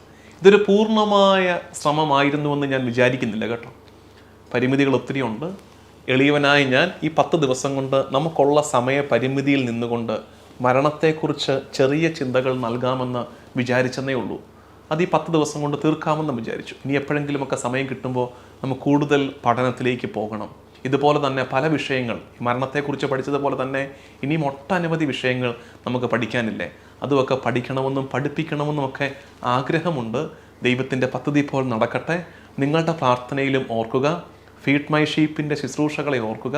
എന്നോടൊപ്പം സഹകരിക്കുന്നവരെ നിങ്ങൾ ദയവ് ചെയ്ത് പ്രാർത്ഥനയിൽ ഓർത്തേക്കണേ. കുറച്ച് യുവജനങ്ങളൊക്കെ കൂടെയുണ്ട്. ഒപ്പം ഫീഡ് മൈ ഷീപ്പിനെ പിന്തുണയ്ക്കുന്നവരുണ്ട്. പല വിധത്തിൽ ഫീഡ് മൈ ഷീപ്പ് ഈ ശുശ്രൂഷയ്ക്ക് പിന്തുണ നൽകുന്നവരുണ്ട്. ചിലപ്പോൾ സ്ഥലം ഒരുക്കിയിട്ടായിരിക്കും. ഇത് ഷൂട്ട് ചെയ്യുന്ന സ്ഥലങ്ങളൊക്കെ നമുക്ക് ദാനമായിട്ട് തരുന്നതാണ്, ഷൂട്ടിങ്ങിന് വേണ്ടിയിട്ട് തരുന്നതാണ്. അതിൻ്റെ പിന്നെ ബാക്കി ചിലവുകളൊക്കെ മീറ്റ് ചെയ്യാനൊക്കെ സപ്പോർട്ട് ചെയ്യുന്നവരൊക്കെ ഉണ്ട്. അവരൊക്കെ നന്ദിയോടെ പ്രാർത്ഥനയോടെ നിങ്ങളൊന്ന് ഓർത്തേക്കണേ എന്നാണ് എനിക്ക് നിങ്ങളോട് അപേക്ഷിക്കാനുള്ളത്. ഇന്ന് സകല മരിച്ചവരുടെയും തിരുനാൾ ആഘോഷിക്കുകയാണ്. എല്ലാവർക്കും തിരുനാളിൻ്റെ മംഗളങ്ങൾ, ആശംസകൾ സ്നേഹപൂർവ്വം നേരുന്നു. ഇന്ന് നമ്മൾ ചിന്തിക്കുന്നത് സഭയെക്കുറിച്ചാണ്. ശരിക്കും മരിച്ചവരെ കുറിച്ചുള്ള പ്രാർത്ഥനകളുടെ ഭാഗമായി നമ്മൾ സഭയെ സമർപ്പിച്ച് പ്രാർത്ഥിക്കുന്നുണ്ട്. കർത്താവേ, നിന്റെ സഭയെ നീ കൈവിട്ട് കളയരുതേ എന്ന് വെച്ചാൽ എന്താ അർത്ഥം? ദൈവമക്കളെ, മാമോദീസ മുങ്ങിയ, പരിശുദ്ധ കുർബാന സ്വീകരിച്ച നിന്റെ മക്കളെ നീ കൈവിട്ട് കളയരുതേ. പിശാച് അവൻ്റെ സകല തന്ത്രങ്ങളും ഈ കാലത്ത് സഭയ്ക്കെതിരെ പയറ്റുമ്പോൾ സഭയെ കൈവിട്ട് കളയരുതേ. എന്താ സഭയെ കൈവിട്ട് കളയരുതെന്ന് പറയാൻ കാര്യം? കർത്താവേ, നിന്റെ ചുടുചോര കൊണ്ട് നീ രക്ഷിച്ചതല്ലേ സഭയെ. അതുകൊണ്ട് കരുണയോടെ സഭയെ കാക്കണമേ എന്ന് പ്രാർത്ഥിക്കുന്നുണ്ട്. സുന്ദരമായ ഒരു ഗീതമുണ്ട്. ഞാൻ പല ആവർത്തി ഇത് ധ്യാനങ്ങളിലും എൻ്റെ ടോക്കുകളിലും ഒക്കെ മെൻഷൻ ചെയ്തിട്ടുള്ളതാണ്. ആ പാട്ട് സങ്കീർത്തനത്തിൽ നിന്നാണ് അടിസ്ഥാനം ഇട്ടിരിക്കുന്നത്. ബലിപീഠത്തിൽ കൂടു ചമയ്ക്കും പ്രാവു കണക്കെ തിരുസഭ നിൽപ്പു. അതെവിടുന്നത്? ആ സങ്കീർത്തനം നമ്മൾ വായിക്കുന്നുണ്ട്. കുരുവിയും ചങ്ങാലിയും പാർക്കുവാൻ കൂട് കണ്ടെത്തി അവ കുഞ്ഞുങ്ങളെ ബലിപീഠത്തിൻ്റെ ചാരത്തിട്ട് വളർത്തി. അപ്പോൾ ബലിപീഠത്തിൽ കൂടൊരുക്കുന്ന പ്രാവ് പോലെയാണ് സഭ. ഇനി എന്താ സംഭവിക്കുന്നത്? ഈ കൂട് തകർത്തിട്ട് ഈ പ്രാക്കുഞ്ഞുങ്ങളെ തിന്നാൻ ആര് വരുന്നു? സർപ്പം വരുന്നു, പിശാച് വരുന്നു. അപ്പം നമ്മൾ യാചിക്കുന്നു, കർത്താവേ, നിന്റെ ദിവ്യരക്തത്താൽ നീ വീണ്ടെടുത്ത സഭയെ കൈവിട്ട് കളയരുതേ. തിന്മയിൽ നിന്ന് നിന്റെ സഭയെ, നിന്റെ മക്കളെ നീ കാക്കണേ. മരണത്തിന്, നരകത്തിന് ഞങ്ങളെ വിട്ടുകൊടുക്കരുതേ. നിത്യതയിൽ ഞങ്ങളെ ചേർത്ത് പിടിക്കണേ. നമുക്ക് പ്രാർത്ഥിക്കാം. ബലിപീഠത്തിൽ കൂടുചമയ്ക്കും പ്രാവു കണക്കെ തിരുസഭ നിൽപ്പൂ. കൂടു തകർത്ത പ്രാക്കളയല്ല, കുരുതി കഴിക്കാൻ സർപ്പമണഞ്ഞു. കർത്താവേ, നിൻ ദിവ്യ നിണത്താൽ നേടിയ സഭയെ കൈവെടിയല്ലേ. കർത്താവേ, നിൻ ദിവ്യ നിണത്താൽ നേടിയ സഭയെ കൈവെടിയല്ലേ. കർത്താവേ, നിന്റെ കൃപയൊഴുകുന്ന വലതുകരം, നിന്റെ കൃപയൊഴുകുന്ന വലതുകരം നിന്റെ സഭയുടെ മേൽ നീ നീട്ടണമേ. പ്രത്യേകിച്ച് ഈ കാലത്ത് സഭ, നിന്റെ സഭ ഒത്തിരി സങ്കടങ്ങളിലൂടെ കടന്നു പോകുമ്പോൾ നിന്റെ കൃപയൊഴുകുന്ന വലതുകരം സഭയുടെ മേൽ നീട്ടി നീ ഉയർത്തിപ്പിടിക്കണമേ എന്ന് പ്രാർത്ഥിച്ച് നമ്മുടെ ഈ ശുശ്രൂഷയെ ദൈവത്തിന് മുമ്പാകെ നമുക്ക് കാഴ്ചവെക്കാം. നമ്മളിങ്ങനെ പാടി പ്രാർത്ഥിക്കുന്നുണ്ട്. കൃപയോലും നിൻ വലതുകരം നീട്ടി അനുഗ്രഹമേകണമേ. സഭയെ കാത്തു ഭരിക്കണമേ. മരണത്തിൻ വായ് പൂട്ടണമേ. ശാന്തി ജഗത്തിൽ വിതയ്ക്കണമേ. കരുണാനിധിയാം കർത്താവേ. കർത്താവേ, നിന്റെ അനുഗ്രഹത്തിൻ്റെ വലതുകരം നിന്റെ സഭയുടെ മേൽ, നിന്റെ മക്കളായി ഞങ്ങളുടെ മേൽ നീ എപ്പോഴും ഉയർത്തിപ്പിടിക്കണമേ. ദൈവനാമത്തിന് മഹത്വം ഉണ്ടാകട്ടെ. ആമേൻ.